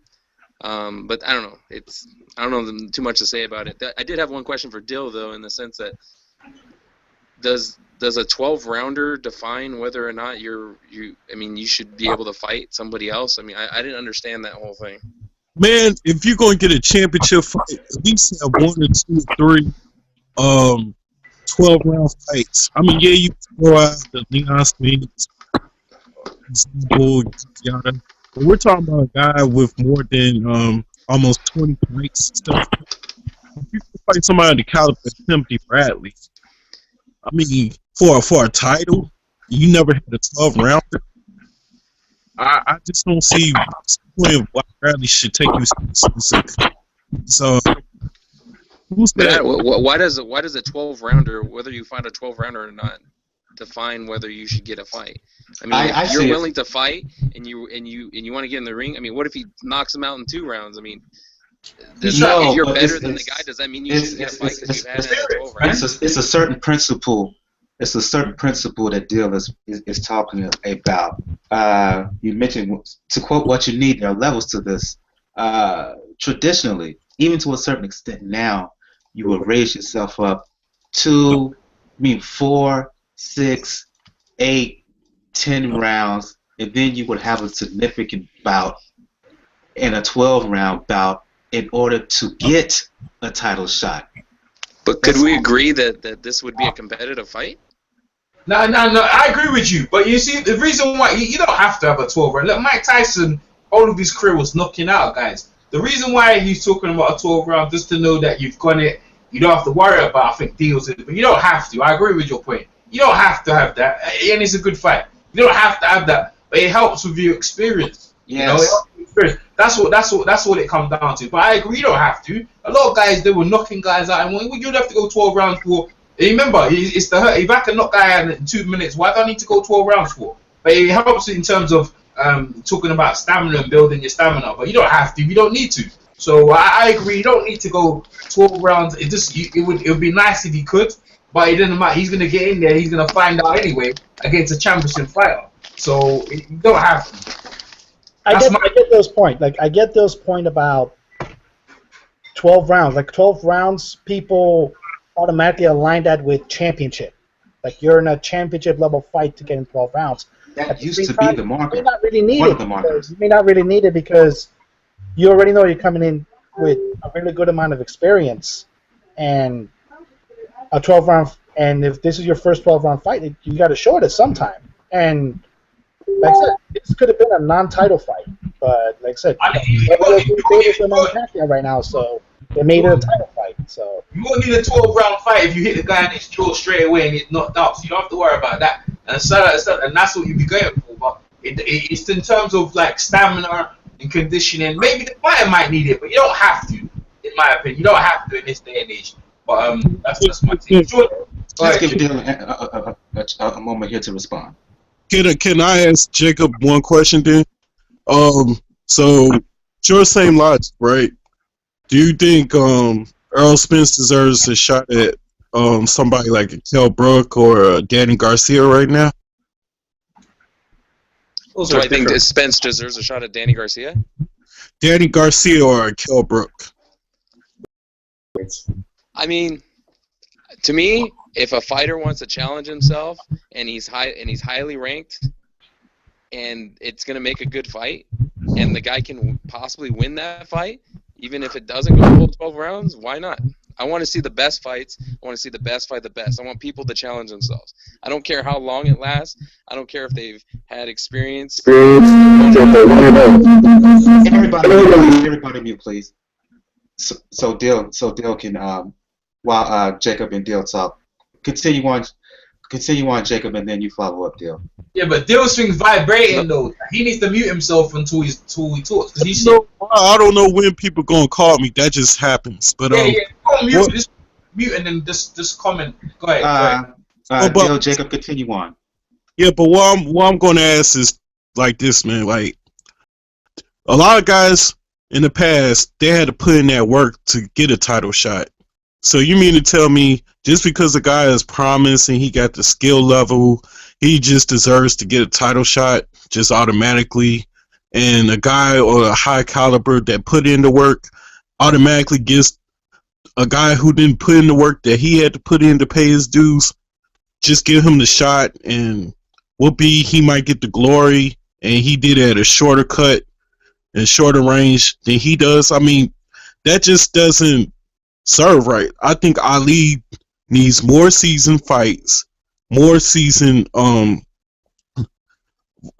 competition, just so he can get, where there won't be no excuses that he's green. There won't be no excuses like Bradley is just at a high level at this time, but give Ali 2-3 fights. I don't want to hear that crap. And plus, what incentives does Bradley get out of this? What, as a filler? What glory does Bradley get out of this other than a paycheck? I mean, what? Ali gets the incentives out of this. It makes no sense, especially someone who didn't have a 12-round fight that was scheduled. So he's the mandatory, though, right? He's the mandatory. He was the appointed mandatory. So regardless of whether he has the fights or not, and Bradley, he's not at the beginning of his career. He's at the end of his career. So you're telling me we got to wait for Bradley to basically retire before Ali gets a chance to get the fight? Because they're at different stages in their career. And like Lomachenko, what he had one fight, and then he got a shot at the belt.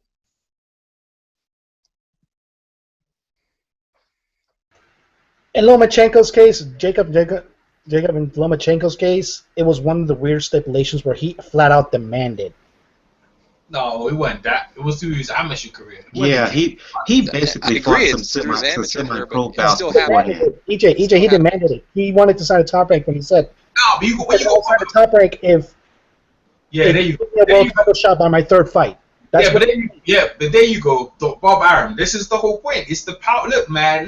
Let's be real. The promoters pay sanctioning bodies, and they pay for their fighters to move up the rankings. Boxing is corrupt, man. Let's get it twisted. Boxing is corrupt. But Sam Ali, I don't know how we got there. He's there, and he's gonna get a shot. And if he fails, whatever, that's it. But the deal's point is that he should have more seasoning. Understood. But the fact of the matter, he's gonna fight. If he feels he's ready to fight, let him fight. I agree with both viewpoints. But it's not. I mean, that's how boxing always is. There's corruption in it. And some fighters don't deserve to get a shot. They get a shot, and that's the way it is. But when you have powerful promoters like Bob Arum, Don King, Aron Heyman's not a promoter, but people who can put money behind the fighter, they're going to get their chances. That's the way it is. Sean, I'll meet you, Mike. You had a chance to comment on this. Sean's laughing about the same thing I am. Fuck, give me a break, EJ. Like, if you're gonna throw them all in a boat, you better fucking put Heyman in there too, because he's as much a promoter as fucking anyone. Yeah, but he doesn't call himself a promoter, so I can't call him. Everybody knows what it is. Everybody. No. I can't call him a promoter if he doesn't say he's a promoter. I call him a promoter. He organised that. Look, until he comes out and says he's a promoter, then I'll put him in the background. I'm just gonna be political correctness, right? I'm telling you, he don't call him Bob Arum, Don King, and De La Hoya, them guys, they pay for their fighters to move up the ranking. That's how it's in. They're powerful promoters. Our Heyman's in the background, and that's the way it is. Okay, EJ, I'm gonna ask you. Heyman's a promoter. I don't care what. I want to ask you something. Hold on a minute, because you guys say it's promoter doesn't mean he doesn't call it. Like, look, man, if someone calls himself promoter, come on, man. So let's break this down. Have you seen him promoting any fights? Have you heard him out there like Don King? No, and what does the promoter do? No, because that he does, he admits he's breaking the law. Listen. When he says that. You guys are jumping the gun. What does the promoter do? A promoter comes out there and promotes the fight, and he doesn't do that, so he's not a promoter. So when I was correct in what I'm saying, in Don King, and the rest of the guys, Don King, De La Hoya, Bob Arum, they're powerful promoters. They push the money behind their fighter to go up the rankings, so they get title shots. Boxing's always been like that, so that's that. Because you have a problem with Al Heyman, that's your problem. I'm like this. Because you have a problem. He calls himself an advisor, right? So that's why they use him. Why am I going to put his name in there when he's not called that? He's an advisor. Can someone Because else? that's the only way he gets around the Muhammad Ali Act, DJ. That's the point. The minute he becomes a promoter, What we talking about? What we talking about? Are we talking about Saddam Ali? We're talking about Saddam Ali, and we're talking about how he shouldn't get a shot. That's what we're talking about here, right? So don't drifting off an Al Heyman. Or there's an Al Heyman's in it. No, I was right to say not mention it. No, hold on. Like, you brought up fucking all these promoters and how they pay for their fighters to be moved up through the fucking rankings to get position. That's what Heyman does. Don't put. Hold on. Have you got any evidence that? Have you got any evidence to that? Because there's evidence here. Because there's a documentary on Don King. Evidence was Saturday night that all Heyman fighters are fighting in a tournament for the WBC belts. What's that going to do if you got? If that's the evidence to show that he's paying for rankings. That's not the proof. That's not the proof. There's no proof. There's evidence to prove that Bob Arum and Don King, and De La Hoya pay for their fighters to move the rankings. That's a fact. What are we talking about? To be hyper technical, EJ is correct. Exactly. I am completely correct. Them guys, all you guys are Let me finish, EJ. Let me finish. To be hyper technical, you're correct. The problem is there's too much stuff behind the scenes that may suggest that Heyman is more than an advisor to these guys. But to be technical about it, you're right. Dude, let me tell you something. Unless you know it, let's out there and pay. Let me finish. Gail would know, you know. Gail was there. She goes there quiet. Gail smiling. Gail knows. DJ, please, let me finish because I know you never give me a chance to finish. The problem is it can't be proven, and unless it can't be proven, you can't say it. Thank you, Michael. Thank you for my point. Because you know why? If it was any evidence, Gail will do it. So all the other stuff is speculation. And I really don't speculate. I give an opinion. But you guys got to come with some fact. And none of you got fact. It's just speculation. If there was any evidence, Gail will be here digging it out, putting it out in front row. Ain't that right, Gail? You would put it out there. Gail up because Gail knows. That's what it is. There's plenty of backstabbing where we're back behind the scenes where you can say, well, this and that. I mean, the dummy Chavez Jr. posting that check. You go. But until something is proven, you can't make that charge. Chavez, the weed head, is always smoking, like doing all this madness. How you gonna take him? He's always doing craziness. So what? I mean, how are you gonna take him down? You're basically gonna put your whole bank money, put it on Chavez. You're crazy. No, I'm charging you. Not you. I know you. Go on. Hey. What it is mainly the promoter's the one that usually pays the fighter for the fight. Chavez is stupid enough to put a check that says he's being paid by Heyman Sports. Boxing. Heyman Sports. Let me ask you a question. Let me tell you something. Does he advise Chavez? Does he advise him or yes or no? Yes. When he advise him, then he's advising them and he's paying a check. So what if it's a check? Because the promoter in the U.S., in the United States, I know you're in the U.K., in the United States, the promoter is that pays the fighters. Here's one question about your Heymanism, right? I got one question for you, Dan. And this, every time when Heyman's fighters win a fight, do they always say promoter or do they say their advisor? They just say thank Al Heyman for the most part. There you go. They do not name him by title. It is a hashtag. Thank you, Al Heyman. It comes out as one word. That's it. But just because they don't say it doesn't mean it's not true. Oh, so you guys gonna fill in the blanks, right? Come on, guys. Here's part of what makes this so messy. Heyman is in a very unique position. That's an oxymoron. Heyman is in a unique position in that he's the only one buying the airtime, the network time, to have his fights broadcast in the U.S. and elsewhere. Yet the other promoters do not buy the time. They enter into contract deals with HBO, with Showtime, with whatever networks they're going to work with, which is the problem with the Kovalev-Stevenson issue, is the network negotiation. Heyman doesn't negotiate. Heyman simply has gone to these networks and said, how much would it cost me to buy 3 hours of time every week spread out on your networks, or for 28 weeks a year, for whatever that is. That's a singular operation in boxing today. It's called brokered time in broadcasting. Essentially, he's telling them, I'm buying a 3-hour commercial, and then I get to put on whatever I want. And under the FCC rules, you buy that time, as long as it's within the law, you can do whatever you damn well want with it. That also means that he has a revenue split on the commercials that the networks sell, and then he gets a certain amount of time to sell commercials himself, and then he gets the money. Now, presumably, what he's supposed to be doing is taking that time, turning it around, selling the commercial time to make back the revenue, using it as a promotion to get his cut from, the gate and all the other money that goes with this, promotional items, etc. He right now has enough working capital so that if he's losing money, which he is, he doesn't care. He's trying to build a business, and he's willing to take the losses to establish the business. But there's nobody else boxing who has that role.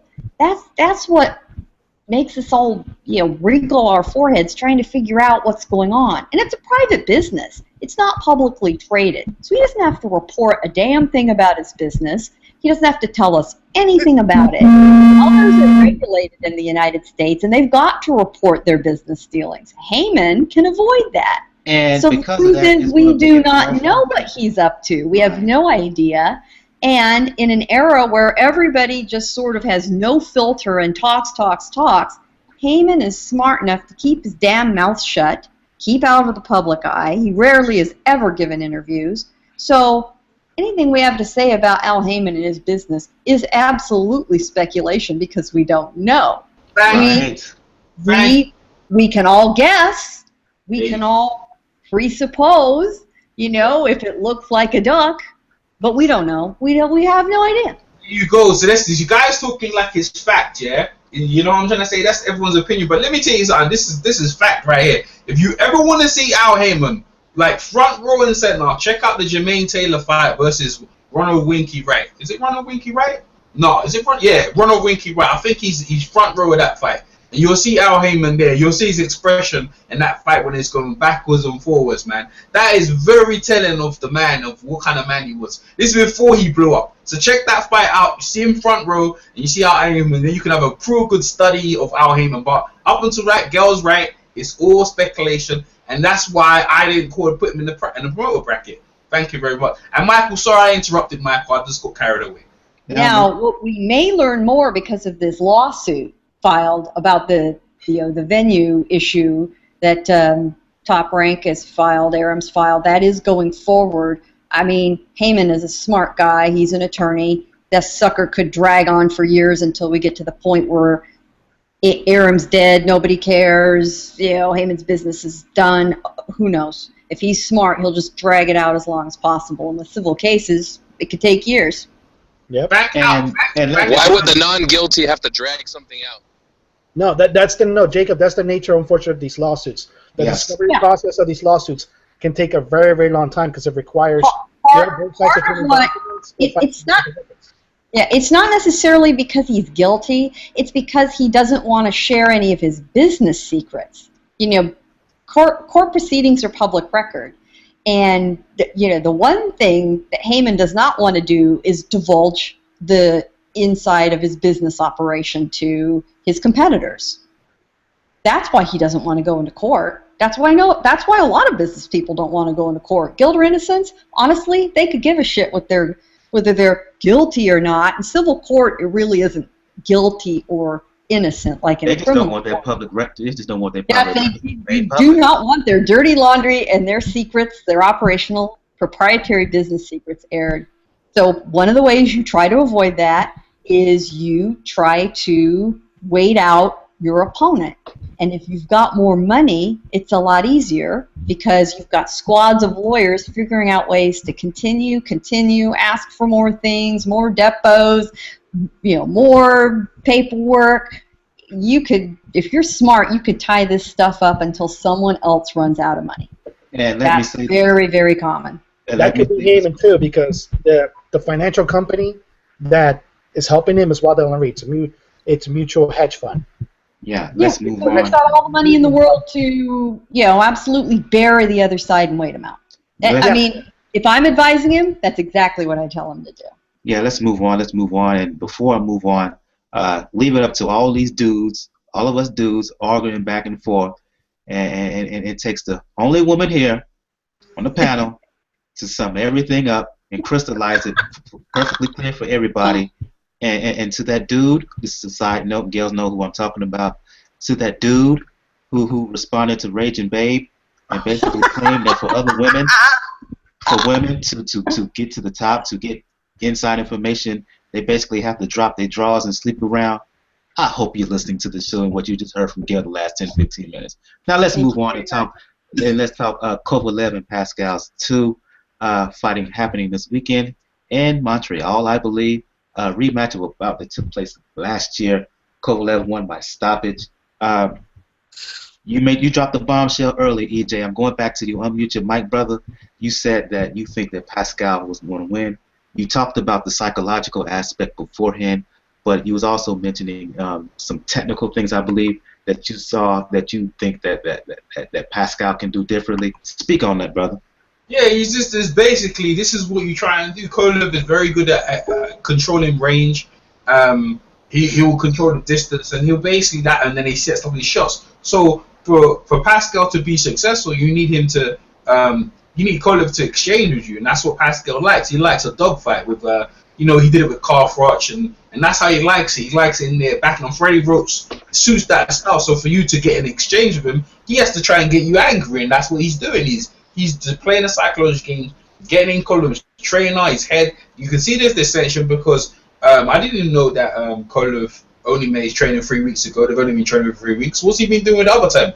And and Pascal's team knows that. They're using that. Also with the racism, with the Stevenson situation, and he uses all the ammo. He's going full tilt. I mean, if everyone thought this guy was going to be a sitting duck, is it a sitting duck? It's called I think it's called a sitting duck. A sitting duck, he's just going to be there to get killed. Nah, mate. I mean, he's got a true fighter's heart in the spirit that he's coming out fighting, swinging. The press conference with Banana, giving it to his coach, rattling out his coach, Kathy Duvois. The whole team is rattled, man. And I'm seriously, I mean, I don't know, maybe because Kathy Duvois is a female, that maybe because, she's a bit easy, but someone's got to grab the balls of this and say, hey, hold on a minute now, you've gone too far here, mate. This is just boxing, or we've addressed this, why are you still talking about it? But no one did it. They let Pascal dominate the whole press conference. And remember, it's in Montreal, and Pascal is showing that he's a promoter. He's got fighters on the card. He's basically saying, I'm the cash cow. So you're realizing how much sway and power Pascal has over the whole press conference. And it's amazing that it seems like even Kovalev is like the bloody B side. We talk about the A and B, but it look like Kovalev right there. The unified undisputed champion is the bloody B side.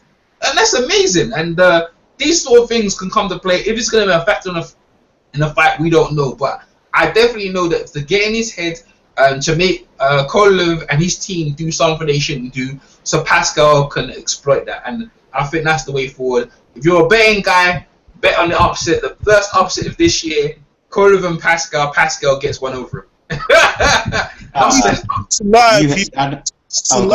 Go ahead, Dale. Go ahead. You want to respond? Yeah, I want to say EJ Boxing Live here for that prediction.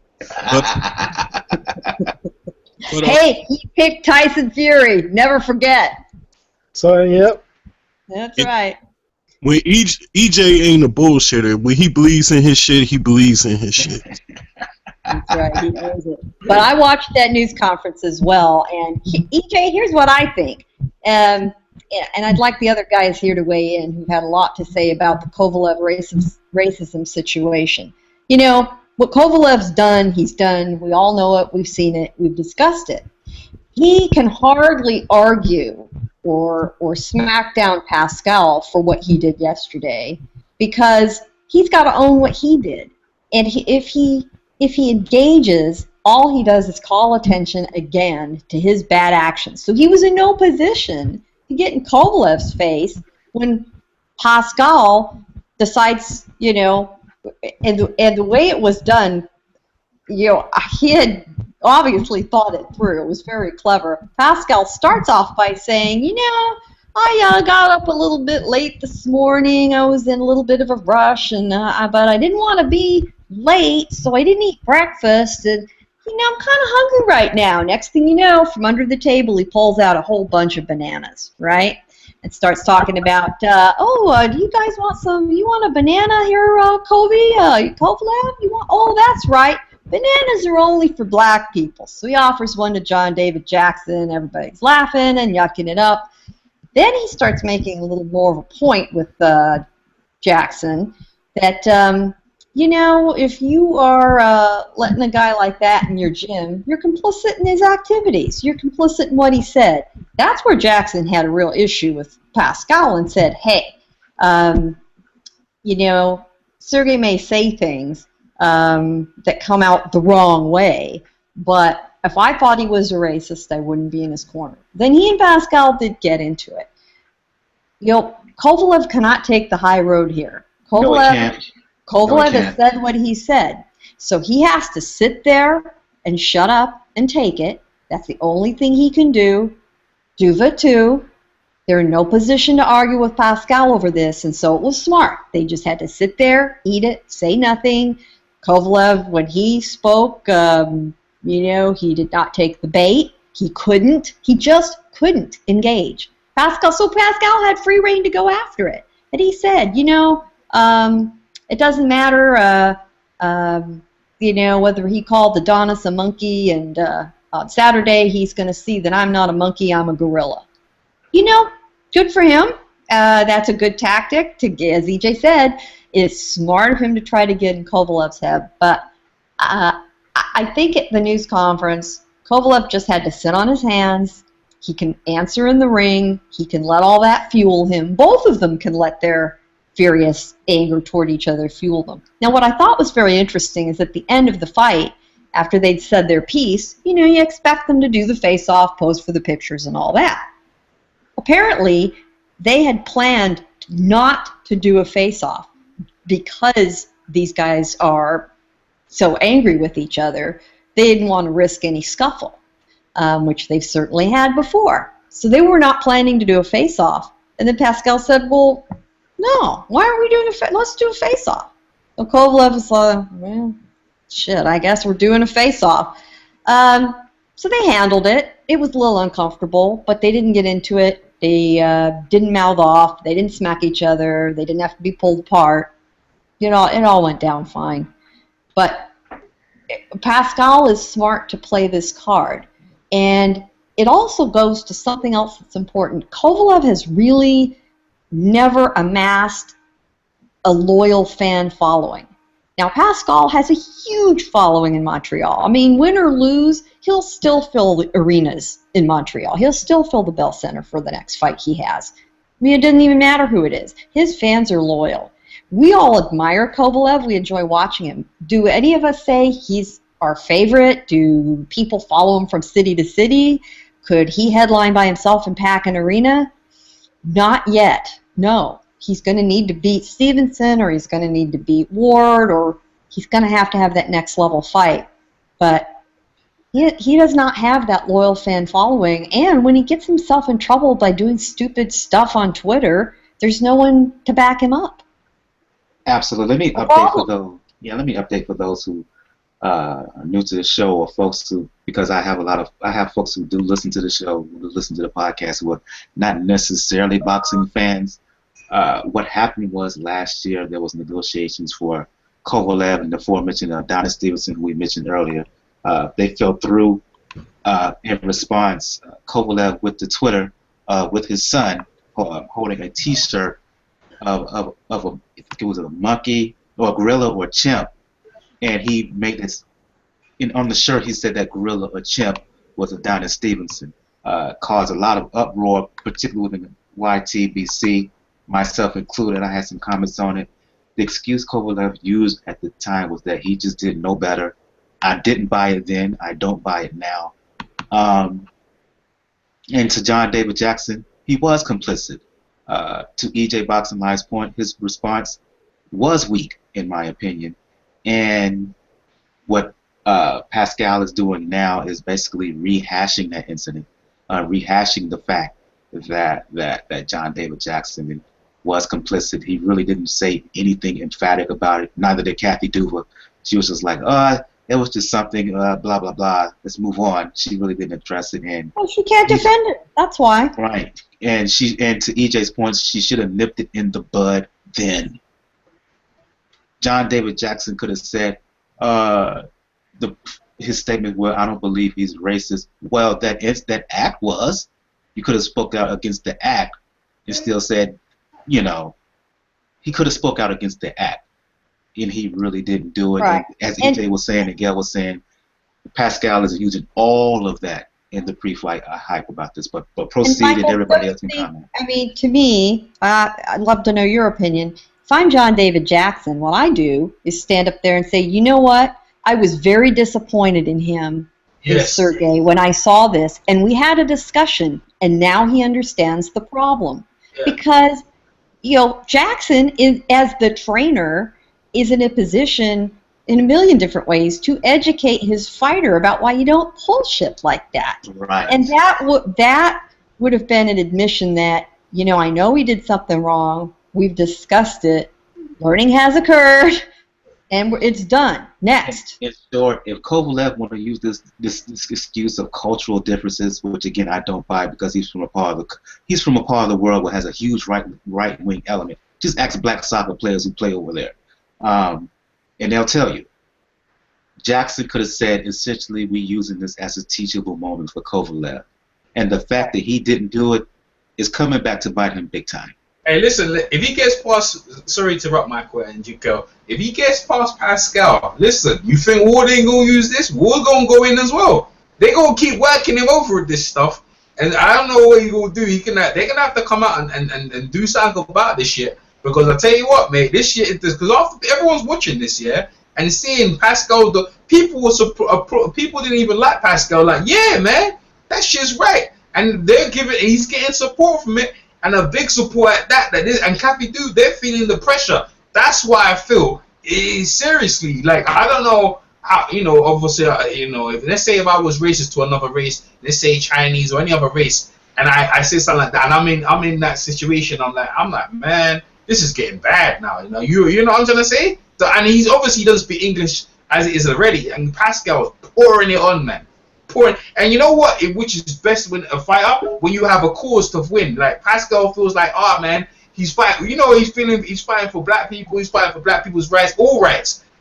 He goes, this stuff is wrong. So that's why he's got a cause, and a lot of people will jump on that and say, yeah, Pascal, go whip his ass, man. Compared to the first fight where he got killed. Let's bring. Unfortunately, I think Pascal is still going to lose. He might do a little better, but I just don't think his skill level for the kind of fight Kovalev can fight. He's not equipped enough. Before you chime in, Dale, let's bring Jacob and Daniel into all this. Comment, please, gentlemen. There's one good thing in psychological warfare. In psychological warfare, you try to attack where your enemy is weakest. And that's essentially what Pascal did, to Gail's credit. It's what Pascal did. He attacked a position where he cannot defend himself. And I understand nobody giving Kovalev any excuses when it comes to the cultural differences, when it comes to being Russian his whole life and then coming here. Nobody's giving him an excuse.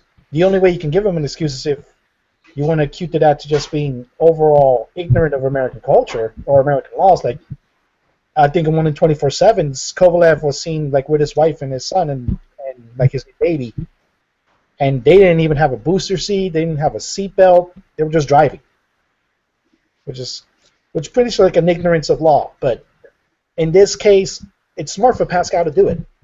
Like I said, you attack the position where your enemy's weakest, and you pick the parts of your enemy where it's even worse to defend, like in John David Jackson's case. He can't defend it. He can't defend the actions. Kathy Duva can defend the actions, so you go after that. The problem with it, though, when it comes to the actual fight, to me, is it can work a lot better with somebody that doesn't always have sinister intentions when they step in the ring, like Kovalev does. Like people make a lot of comparisons with Triple G and Kovalev. Triple G knocks you out, but he knocks you out with a smile. Kovalev doesn't knock you out with a smile. Kovalev knocks you out with intentions to legitimately hurt you. And no matter how wrong he was in his position, which he was, you may not want to play with that when somebody already has sinister intentions. Now, it's way to understand, like EJ mentioned, or a lot earlier when he said maybe Pascal's trying to get him into an exchange where Kovalev will just get hit right in the chin for it, and then Pascal can pounce. The problem with that, though, is, to me, Kovalev is a better technical fighter than a lot of people give him credit for. So even as angry as he may be smart enough to know, okay, I know what exchanges not to get into because I know what this guy wants to do. And in all honesty, like I said, this may be worse for Pascal. It would have been worse for Pascal prior to yesterday because when I look at rematches with Kovalev, I look at best a Darnell Boone fight. The first Darnell Boone fight, Kovalev had trouble in. Boone almost got him a few times. The second fight, Kovalev took care of Boone like it was nobody's business. We might see this. We might see a second iteration in that with Pascal. Game challenger. You know he's going to come into the fight. You know he's going to have the crowd backing him behind him, but it may end up really being bad at the end. Jacob? Yeah, I mean, I agree with everything that you guys said in the sense that, you know, what Kovalev did was wrong, that they didn't get out in front of it, and, you know, that's, I don't know I don't know what they do now. I mean, it's going to probably seem like an insincere apology in the sense that, you know, it's so late after the incident. But I agree with Daniel in the sense that as Kovalev is just a mean motherfucker, and he's going to come in. I mean, he comes in to kill, and I think this is just adding fuel to the fire that was already there, and he's going to want to make a statement. And Pascal hasn't looked good. His last fight against Gonzalez, I thought Gonzalez won that fight, and I think Pascal's problem in the first fight was that he needed a little bit more defensive, you know, fortitude versus going with Roach, who's a totally offensive fighter. I don't think his offense is the problem. So I think that's going to, unfortunately, spell trouble for him. And I see this fifth round. I think Kovalev's going to destroy him by the fifth. Yeah. What's interesting is that what Kovalev has shown us in the last few fights is that he is more than just a raw puncher. He has started demonstrating patience and exceptionally good tactics, which we've all been very impressed with. Pascal wants to make him mad enough to toss that all out the window and come rush at him with a roar, hoping he can catch him, because that's his only chance. And because Roach is such an offensive-minded trainer, that's got to be their tactic, that he wants Kovalev riled up enough to throw the game plan out the window and cross their fingers that in the early rounds Pascal can, you know, land that lucky shot all boxers dream about doing once in their lifetime. I don't think it's going to happen. Let's hope that John David Jackson can whisper into Kovalev's ear and calm him down and get him to remember the game plan, stick with it no matter what Pascal does when they step in the ring on Saturday. And we have to remember they'll be in Montreal with a screaming crowd, 100% for Pascal. You know, that's hard to shut off entirely. You can try, but it does affect you too. So they're hoping all those elements make for a surprise. I don't think so. You commented on this fight earlier, Dale. One last opportunity to give your comments on a final comment on this before we shut the show down. All right. Well, I wanted to say this should be Adonis Stevenson's fight to fight. I mean, Pascal had this chance. You know, this should be the other Haitian brothers fight because really this is Pascal fighting the fight for Adonis Stevenson. Adonis Stevenson had his head to like, fuck this promotional shit. I want this fight now. I don't give a fuck about appearance fees, bid fees, none of that shit. I want to knock the fuck out of this motherfucker. I mean, Kovalev is beatable. His punch resistance is getting weaker and weaker each fight he has. And if this keeps going the way it's going, and he takes more wars like this, I think Andre Ward is going to have a field day on Kovalev eventually. You know, the more Ward waits for this fight, the better his chances of easily winning this fight can be. Because Ward do have certain tools that you need to utilize on Kovalev, which is a fast, quick jab to back him up, because Kovalev really can't fight on his back foot. Get physical with him on the inside. Don't have him have location to have comfort and space for his punching range. But neither here nor there, I just feel like Andre Ward could use this angle and use USA versus Russia, however you want to sell it. It's a cheap gimmick, a cheap ploy, but it could possibly work. Or, you know, Adonis Stevenson just should really take on this fight. And if he has any balls, if Pascal loses this fight, he should get in that ring and call this guy out, and the whole boxing world would get geeked up around it, especially us on YouTube. And it'll be great ratings for us to talk about on the Pound for Pound Boxing Report. And I could just imagine how geeked up a guy like Earl would be on his hangouts and his videos saying, EJ Boxing Live here, and just talk about breaking news. Adonis Stevenson went nuts, boy. So, Dill, you got Stevenson versus Kovalev? I just think these two are meant to clash before. Yeah, but who do you have winning? Do you have Stevenson over Kovalev? Off of pure emotion, it looks like I think Stevenson might catch him. But I think Kovalev would be winning the fight, but Stevenson would catch him with something. It's interesting you mentioned Andre Ward. He has the versatility, he has the movement, he has the jab, he has the wherewithal and the knowledge to go to the body to take advantage of Kovalev's weakness. My problem is not moving around his right hand like Pascal does. My problem is with Pascal. EJ Boxing Live, to his credit, brings up an excellent point, solid point about psychological warfare. And real talk, you know, I'm not mad one bit that Pascal brought it up, because what could Kovalev do besides sit there and eat it?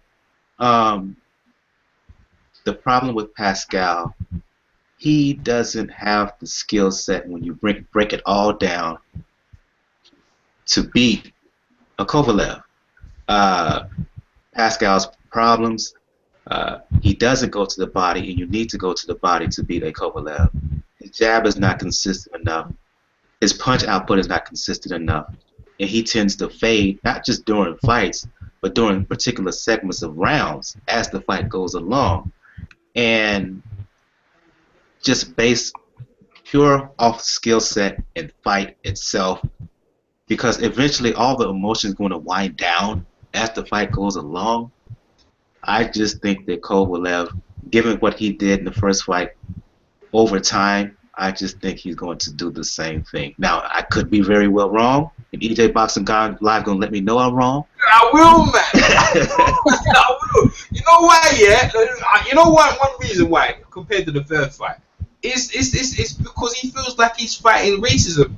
That's the thing. He feels like he's fighting racism for any guy to have that. If he looks at another guy, what a motivation. He cannot lose. Like, I'm telling you, he cannot lose. Like, that's the only reason. Like, if I got beat up by the way I got beat up in the first fight, most guys would have conceded. Like, why would you even take him in the rematch? You saw why. He's like, nah. Someone got Pascal said, his competitive spirit said, no, I'm not taking this, and I'm actually going to go in there. And that's why I give him enough credit. I'm going to go in there, and that's the reason why he wants to fight him. If you just take that alone, that motivation, that can make you go through brick walls, man. That can make a guy go through brick wall. He is so amped up to get in there with Freddie Roach behind you. You know, Freddie, like Gail said, offensive-minded coach. Listen, mate, he rally his head up. That's all you need to do and get him into the exchanges. And Kovalev does cut up easy. He does get cut up. And that's the only chance he's got. Everything you said was on point. skill set, everything you agree with. I agree with all that stuff there. But you got the intangibles, the X factor. The motivation is because of that. He can't lose. He won't want to lose. So that's why I'm going with it. I've seen a lot of guys, yeah. You know, I'm not trying to say Jesse Owens and to do with race and Jackie Robinson's and some of their motivations. They done things that people are not supposed to do. I'm telling you, yeah, he'll be out of his skin. He'll perform out of his skin trying to take Kovalev. That's because we're all thinking he's gonna come into like the first fight and just kind of concede. Nah, if he comes in with that bringing that on board, then he might exceed. And you're looking at the opposite of the year. And I called it first on the pound boxing floor.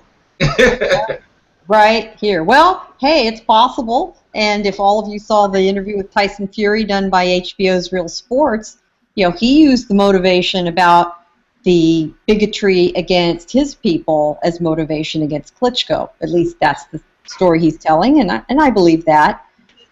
You know, is that going to be enough to overcome Kovalev's skills? That's what makes this fight so interesting Saturday, because there is that element of motivation involved. We're going to have to see if it's enough to pull out what would be a big upset win. So, EJ, if you're a rich man next week, good for you. Hey, time out. This could be a Joe Louis thing right here. Get knocked out by Schmeling the first time, the second time, knock out Schmeling. Well, that could happen to Kovalev. It could. Hey, there's always possibilities. You know, we always talk about blowouts and slam dunks and favorites, but they actually have to fight the fight. That's true. That's true. Yeah, never know. You never know. You never know. And I think we're going to shut the show down on that note. Go around the panel here, give everybody an opportunity to kind of promote themselves and what they do. Ladies first, Gail Falk with all the Community's Digital News. For folks who want to talk boxing or anything else, let the folks know where they can find you. You can find me on Community's Digital News. That is COMM, Digi, D-I-G-I News, comdiginews.com. You'll see me in the first row where I've whored myself out to get that media credential at many fights. You know, I mean, you do what you gotta do for your work, and I am usually on Twitter talking boxing at PR Pro San Diego. I have not whored myself out to go all the way to Montreal, so I'll be all chatting with you on Twitter this week. It's not whoring, you know? What can I say? Hey. That's a good one, girl. Hey, us in the media, we're all whores. You know it's true. Male, female. Hey, I'm just saying. Hey, that let's just say that guy who on Twitter, he deserved it, and I left a nice little reply for him. But that's for another day. Oh well, you know, haters gonna hate. Haters are gonna hate. EJ Boxing Live, join us live from the UK. For folks who want to talk boxing, Game of Thrones, anything else, let the folks know where they can find you. Yeah, EJ Boxing Live, EJ Boxing Live channel on YouTube. I've got Twitter as well, and yeah, like I'm always here. Come pound boxing report, chatting with some of you best guys, some of the best YouTube channels on the YTBC, chopping it up. Yeah, man. So that's where you can catch me. And let's just bring it out there. It was a comment by Raging Babe, and this dude, I'm not going to address him by name, had a comment about, you know, basically women sleeping their way to certain positions in boxing. And yeah, I kind of ethered him there, but going to because he was really out of pocket going at the ladies like that. Yeah, J. Dill, something about us, the press section being empty if all the women who you know, slept their way into getting credentials weren't there. Right. J. Dill, join us live from the Midwest. For folks who want to talk boxing or anything else, let the folks know where they can find you, bro. Well, you can find me on multiple platforms.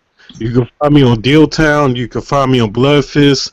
You can find me on EJ's platform, your platform. You can find me on Twitter. You can find me hosting debates. You can find me everywhere in the YTBC. You know, I'm one of the most interactive YTBC channels out here. I'll collab with you. I'll debate with you. I'll moderate for you on a debate. And oh yeah, I do historical profile fights, I just contribute to the YTBC. And then you can find me on Twitter on JDealPatriot, where me and Mike Alvarado always go at it against one another on tweets, whether it's the Denver Broncos, the Patriots, or to his fights and stuff. And oh yeah, Michael, congratulations to your team. And my team didn't make it, but I'm rooting for Cam and everything. Dab it on them fools, man. Dab it on them. Oh my God, we're gonna have a chat some football in an upcoming episode. Dab it on these fools. Yeah. Absolutely. Go to you, Daniel. Join us live from NY for folks who want to talk boxing. Let the folks know where they can find you and talk about the Inscribe.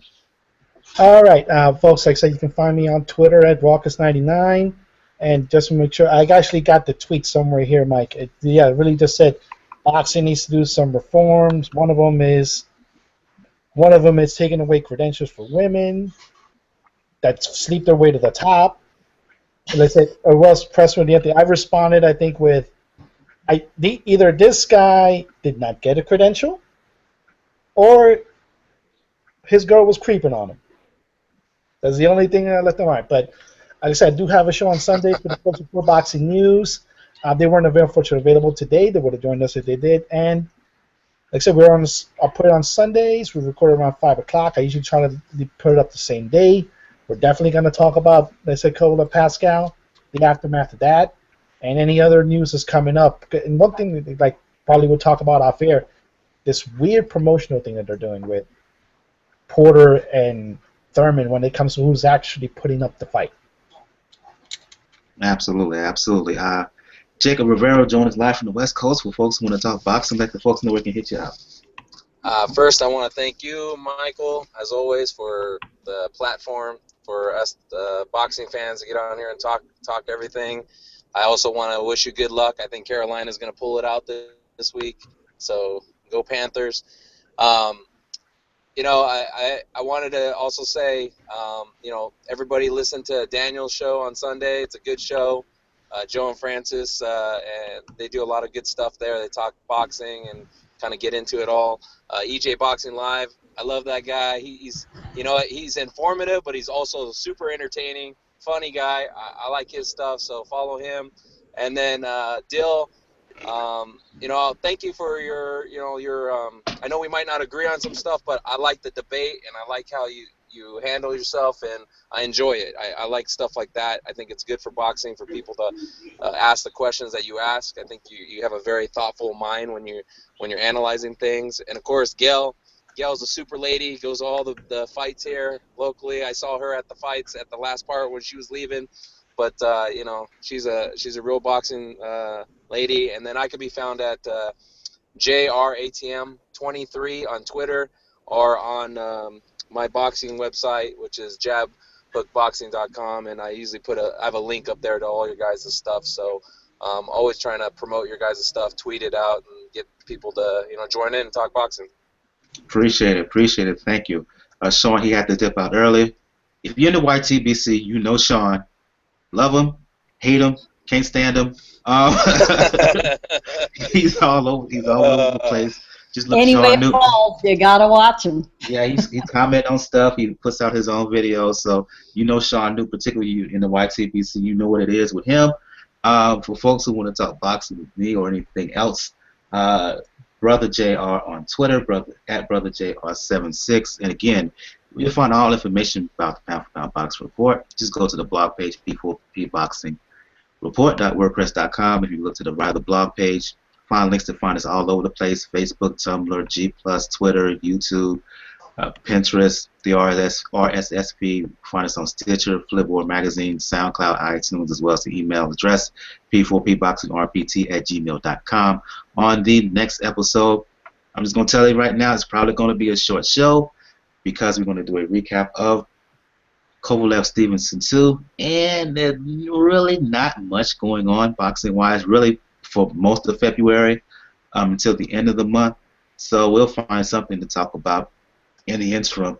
Once again, I want to thank Gail Falkenthal, Jay Dill, Daniel Carpio, EJ Boxing Live, Jacob Rivera, Sean Newton. I'm your host, Michael. This has been episode 112 of the Pound for Pound Boxing Report.